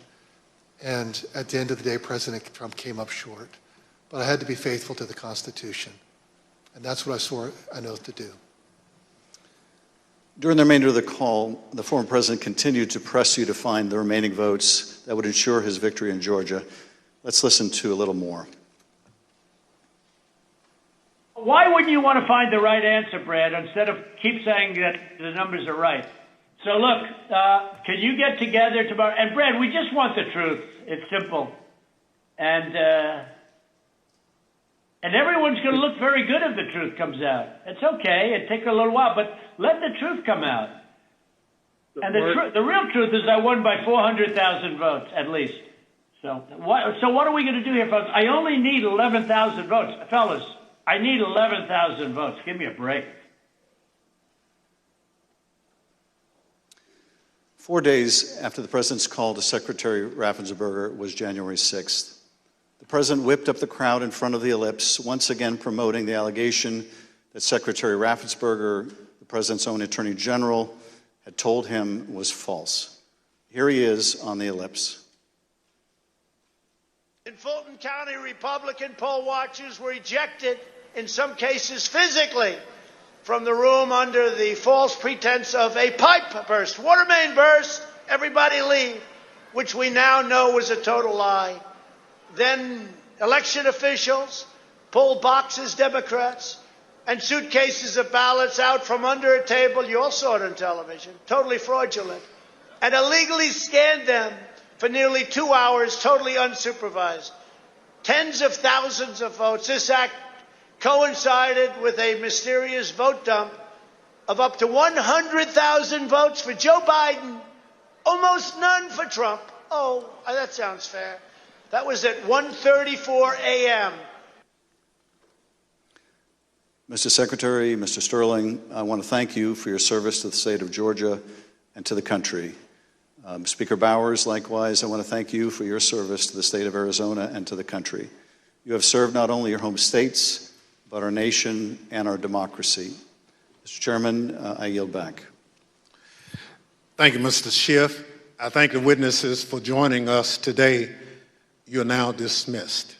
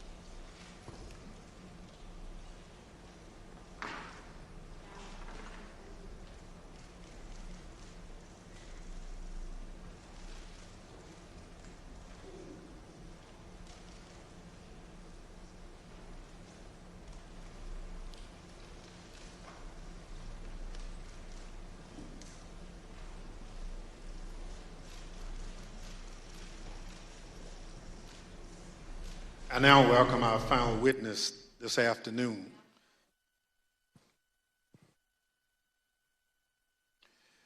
Andrea Shea Moss. Ms. Moss worked in the Department of Registration and Elections in Fulton County, Georgia, from 2017 until 2022. In that job, Ms. Moss handled voter applications and absentee ballot requests and also helped to process the vote count for several elections.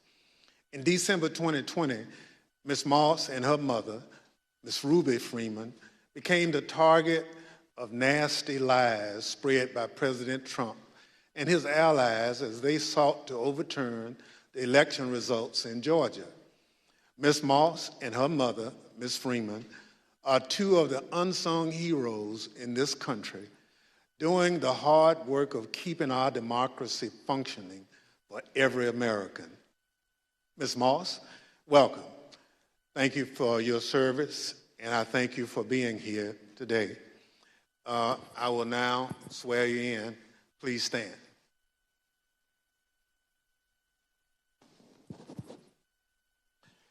Do you swear or affirm on the penalty of perjury that the testimony you're about to give is the truth, the whole truth, and nothing but the truth, so help you God?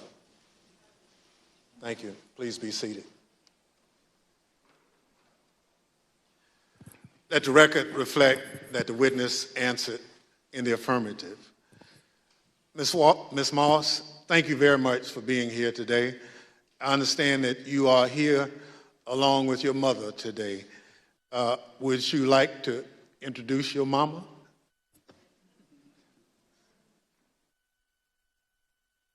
Hi, Mom. Ms. Moss, today we'll be asking you about some of the threats that you received following the 2020 election. Since you've been an election worker for over 10 years, I want to ask you, in your decade of service, had you ever experienced threats like these before?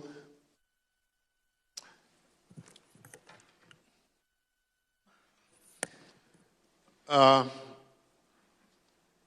be nervous. Just, I understand. So, and I want to make sure that the record reflects that you've done it for quite a while and you never received a threat, and your answer was no. Thank you. Pursuant to Section 5C8 of the House Resolution 503, the chair recognizes the gentleman from California, Mr. Schiff, for questions. Good afternoon, Ms. Moss. Thank you for being here. I understand that you were employed by the Fulton County Registration and Elections Department for more than 10 years, and I understand that you love that job. Please tell us what made you so fond of the work that you did.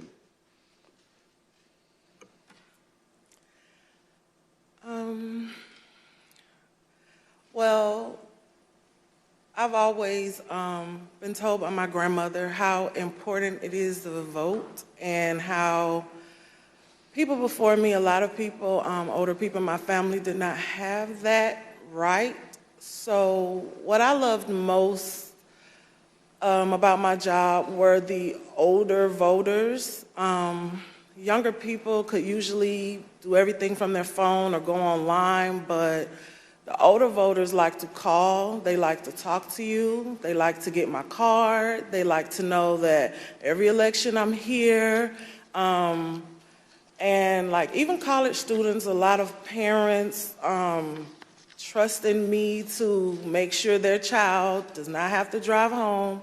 They'll get an absentee ballot, they can vote, and I really found pleasure in that. I liked being the one that, you know, if someone can't navigate my voter page, or, you know, they want a new precinct card and they don't have a copy machine or a computer or all of that, I could put it in the mail for them. I was excited always about sending out all the absentee ballots for the elderly, disabled people.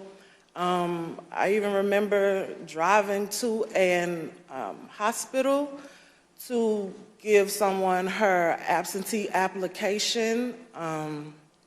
That's what I love the most.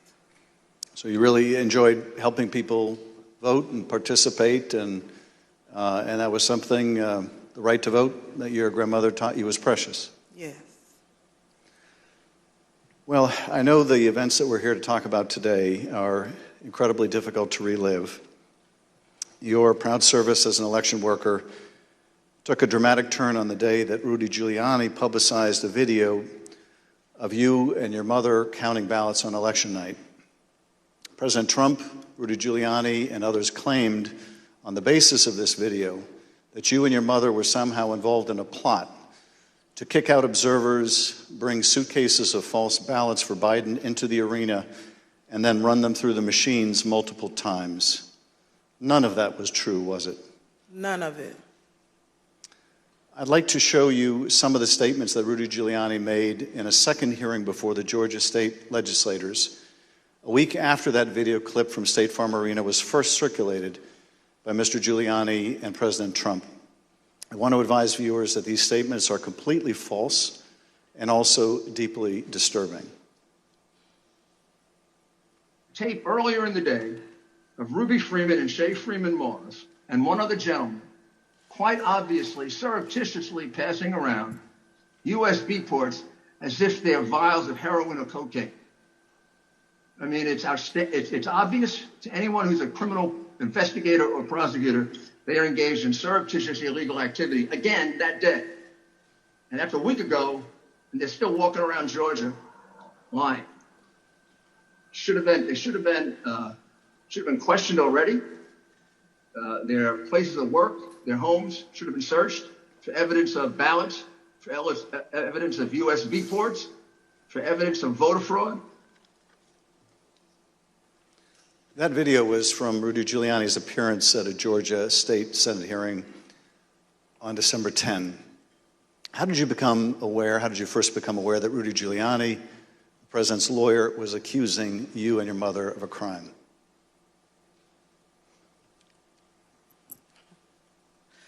I was at work, like always, and the former chief, Mr. Jones, asked me to come to his office. And when I went to his office, the former director, Mr. Barron, was in there, and they showed me a video on their computer. It was just like a very short clip of us working at State Farm, and it had someone on the video like talking over the video, just saying that we were doing things that we weren't supposed to do, just lying throughout the video. And that's when I first found out about it. And were there social media posts that they showed you responding to those false claims? Well, when I saw the video, of course, the first thing that I said was like, why? Why are they doing this? What's going on? And they, just told me that Trump and his allies were not satisfied with the outcome of the election, and they were getting a lot of threats and being harassed online, and asked me, have I been receiving anything, and I need to check on my mom. And I told them, I was like, where have they, where have you been getting these threats? I don't believe I have any. And Mr. Jones told me, like, they're attacking his Facebook, and I don't really use Facebook. I have one, so I went to the Facebook app, and I'm just kind of panicky at this point because this has never happened to me, and my mom is involved, and I'm like her only child. So I'm just asking him, like, well, where are the messages? All I see is the feeds. Like, how do you get to the messages? And he said, it's another icon on your phone that says Messenger. And I went to that icon, and it was just a lot of horrible things there. And those horrible things, did they include threats? Yes, a lot of threats, wishing death upon me, telling me that, you know, I'll be in jail with my mother, and saying things like, be glad it's 2020 and not 1920. Were a lot of these threats and vile comments racist in nature? A lot of them were racist. A lot of them were just hateful. But yes, sir. In one of the videos we just watched, Mr. Giuliani accused you and your mother of passing some sort of USB drive to each other. What was your mom actually handing you on that video? A ginger mint. It wasn't just Rudy Giuliani. We heard President Trump make these false allegations repeatedly during his call with Secretary Raffensperger. Let's listen to a portion of what he had to say about you and your mother. We had at least 18,000, that's on tape. We had them counted very painstakingly, 18,000 voters having to do with Ruby Freeman. She's a vote scammer, a professional vote scammer and hustler. Donald Trump attacked you and your mother using her name 18 times on that call. 18 times. Ms. Moss, can you describe what you experienced listening to former President Trump attack you and your mother in a call with the Georgia Secretary of State? I felt horrible. I felt like it was all my fault. Like, if I would have never decided to be an elections worker, like, I could have done anything else, but that's what I decided to do. And now people are lying and spreading rumors and lies and attacking my mom. I'm her only child. Going to my grandmother's house. I'm her only grandchild. And my kid. It's just, I felt so bad. I just felt bad for my mom, and I felt horrible for picking this job and being the one that always wants to help and always there and never missing not one election. I just felt like it was my fault for putting my family in this situation. Well, it wasn't your fault. Your mother was kind enough to come speak with us earlier. Let's listen to her story in her words. My name is Ruby Freeman. I've always believed that when God says that he'll make your name great, but this is not the way it was supposed to be. I could have never imagined the events that followed the presidential election 2020. For my entire professional life, I was Lady Ruby. My community in Georgia, where I was born and lived my whole life, knew me as Lady Ruby. I built my own business around that name, La Ruby's Unique Treasures, a pop-up shop catering to ladies with unique fashions. I wore a shirt that proudly proclaimed that I was, and I am, Lady Ruby. Actually, I had that shirt on. I had that shirt in every color. I wore that shirt on Election Day 2020. I haven't worn it since, and I'll never wear it again. Now I won't even introduce myself by my name anymore. I get nervous when I bump into someone I know in the grocery store who says my name. I'm worried about who's listening. I get nervous when I have to give my name for food orders. I'm always concerned of who's around me. I've lost my name, and I've lost my reputation. I've lost my sense of security, all because a group of people, starting with number 45 and his ally, Rudy Giuliani, decided to scapegoat me and my daughter, Shay, to push their own lies about how the presidential election was stolen. Ms. Moss, how has this experience of being targeted by the former president and his allies affected your life? It's turned my life upside down. I no longer give out my business card. I don't transfer calls. I don't want anyone knowing my name. I don't want to go anywhere with my mom because she might yell my name out over the grocery aisle or something. I don't go to the grocery store at all. I haven't been anywhere at all. I've gained about 60 pounds. I just don't do nothing anymore. I don't want to go anywhere. I second guess everything that I do. It's affecting my life in a major way, in every way, all because of lies. For me doing my job, same thing I've been doing forever.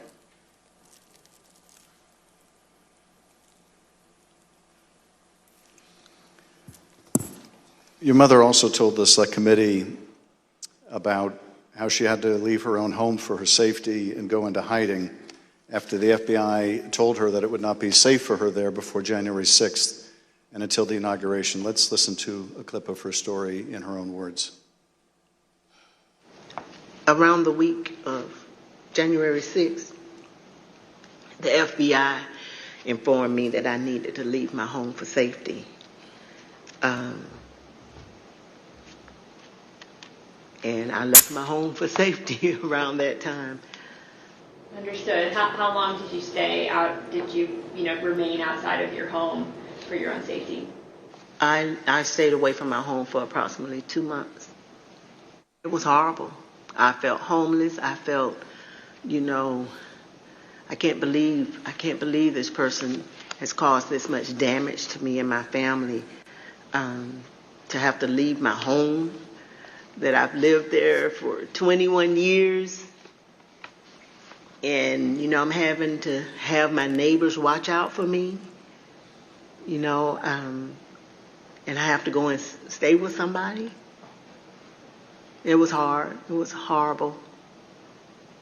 And that your conversation with the FBI about needing to leave your home for your own safety or perhaps recommending it, do you remember, was there a specific threat that prompted that, or was it the accumulation of threats that you had received?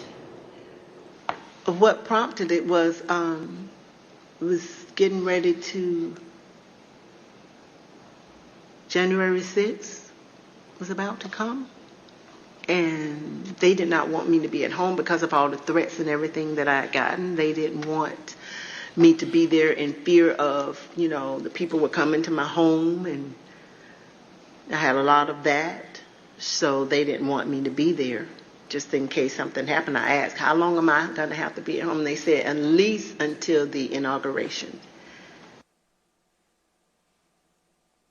Ms. Moss, I understand that people once showed up at your grandmother's house. Tell us about that experience. I received a call from my grandmother. This woman is my everything. I've never even heard her or seen her cry ever in my life. And she called me screaming at the top of her lungs, like, Shay, oh my God, Shay, just freaking me out, saying that there were people at her home, and they knocked on the door, and of course she opened it and seeing who was there, who it was, and they just started pushing their way through, claiming that they were coming in to make a citizen's arrest. They needed to find me and my mom. They knew we were there. And she was just screaming and didn't know what to do. And I wasn't there, so, I just felt so helpless and so horrible for her. And she was just screaming. I told her to close the door. Don't open the door for anyone. And, she's a 70-something, I won't say year-old woman, and she doesn't like having restrictions. She wants to answer the door. She likes to get her steps in, walking around the neighborhood, and I had to tell her, like, you can't do that. You have to be safe. and she would tell me that at night, people would just continuously send pizzas over and over to her home, and they was expecting her to pay for these large amounts of pizzas, and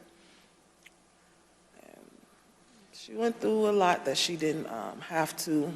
And once again, it made me just feel so horrible. In addition to the personal impact this experience has had on you and your family, one of the things that I find most disturbing is how these lies discourage longtime election workers from continuing to do this important work. Tell us, if you would, of the other election workers shown in that State Farm Arena video and their supervisors. How many are still election workers in Fulton County? There is no permanent election worker or supervisor in that video that's still there. And did you end up leaving your position as well? Yes, I left. Ms. Moss, I want to thank you for coming in to speak with us and to thank you for your service to our democracy. What we have just played is a truly horrible and appalling sample, but just a sample of the things that were said about you and your mother following the election. I want to say how very sorry I think we all are for what you've gone through, and tragically, you're not alone. Other election workers around the country have also been the subject of lies and threats. No election worker should be subject to such heinous treatment just for doing their job. With your permission, I would like to give your mother the last word. Yes.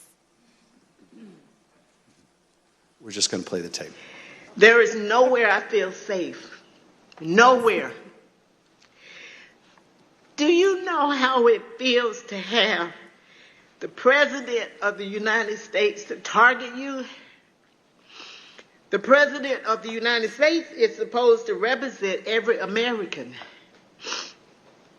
not to target one. But he targeted me, Lady Ruby, a small business owner, a mother, a proud American citizen who stand up to help Fulton County run an election in the middle of the pandemic. Thank you, Ms. Moss. Thank you, Ms. Freeman, or as America now knows her, Lady Ruby, for your service to Fulton County, Georgia, our country, and our democracy. Mr. Chairman, I yield back. Thank you, Mr. Schiff. Ms. Moss? Yes, sir.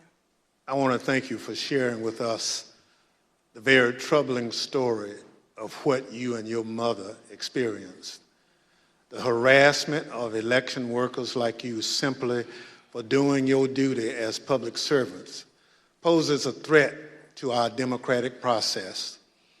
Your testimony is an important contribution to the work of our committee and serves as a reminder to all of us that the safety of local election officials is vital to ensuring that our elections are always free and fair. I want to thank our witness for joining us today. The members of the Select Committee may have additional questions for today's witness, and we ask that you respond expeditiously in writing to those questions. Without objection, members will be permitted 10 business days to submit statements for the record, including opening remarks and additional questions for the witness. Without objection, the chair recognizes the gentleman from California, Mr. Schiff, for a closing statement.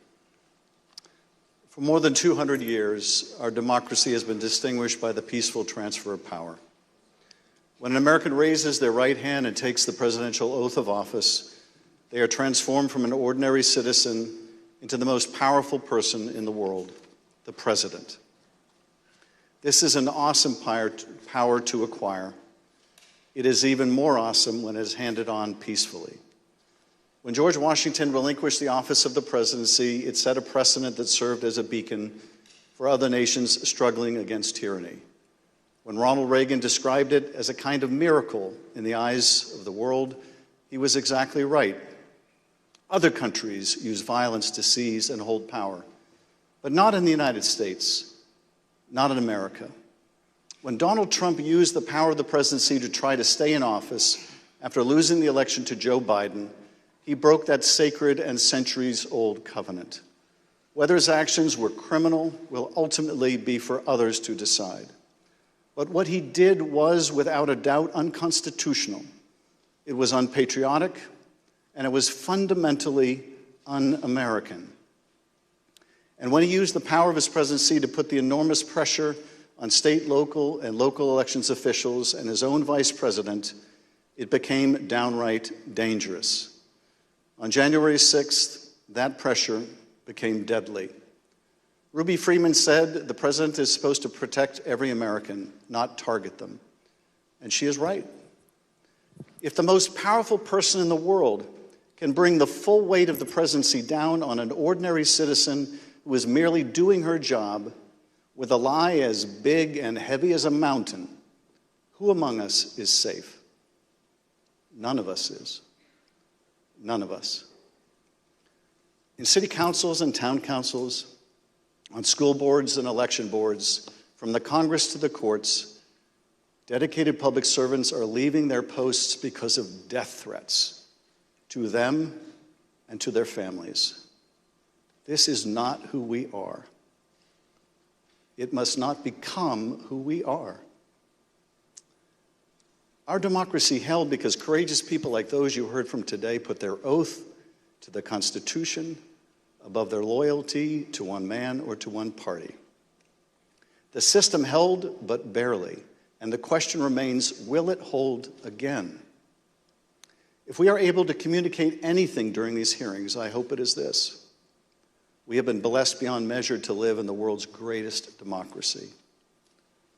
That is a legacy to be proud of and to cherish, but it is not one to be taken for granted. That we have lived in a democracy for more than 200 years does not mean we shall do so tomorrow. We must reject violence. We must embrace our Constitution with the reverence it deserves, take our oath of office and duties as citizens seriously, informed by the knowledge of right and wrong, and armed with no more than the power of our ideas and the truth, carry on this venerable experiment in self-governance. Thank you, Mr. Chairman, and I yield back. Without objection, the chair recognizes the gentlewoman from Wyoming, Ms. Cheney, for a closing statement. Thank you very much, Mr. Chairman. Lady Ruby and Shay, thank you for your courage. Thank you for your strength. Thank you for being here today. It means so much for everyone to hear your story, so thank you for that. We have had tremendous testimony today. We've been reminded that we're a nation of laws, and we've been reminded by you and by Speaker Bowers and Secretary of State Raffensperger and Mr. Sterling that our institutions don't defend themselves. Individuals do that. And we've reminded that it takes public servants. It takes people who've made a commitment to our system to defend our system. We also have been reminded what it means to take an oath under God to the Constitution, what it means to defend the Constitution. And we were reminded by Speaker Bowers that our Constitution is indeed a divinely inspired document. And so it's been an honor to spend time with you and with our previous witnesses here today. To date, more than 30 witnesses called before this committee have not done what you've done, but have invoked their Fifth Amendment rights against self-incrimination. Roger Stone took the Fifth, General Michael Flynn took the Fifth, John Eastman took the Fifth. Others, like Steve Bannon and Peter Navarro, simply refused to comply with lawful subpoenas, and they have been indicted. Mark Meadows has hidden behind President Trump's claims of executive privilege and immunity from subpoenas. We're engaged now in litigation with Mr. Meadows. The American people in our hearings have heard from Bill Barr, Jeff Rosen, Richard Donahue, and many others who stood up and did what is right.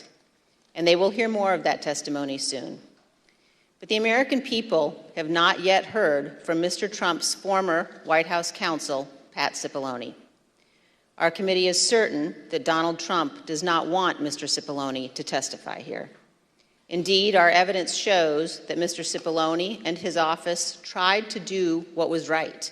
They tried to stop a number of President Trump's plans for January 6th. Today and in our coming hearings, you will hear testimony from other Trump White House staff explaining what Mr. Cipollone said and did, including on January 6th. But we think the American people deserve to hear from Mr. Cipollone personally. He should appear before this committee, and we are working to secure his testimony. Thank you, Mr. Chairman. I yield back. People answer the call to public service in such different ways. Some run for office. Some volunteer to make sure their neighbors can get to their voting locations. Some work at polling sites to help election day go smoothly. Some look into problems to guarantee our elections are secure and accurate, just to name a few.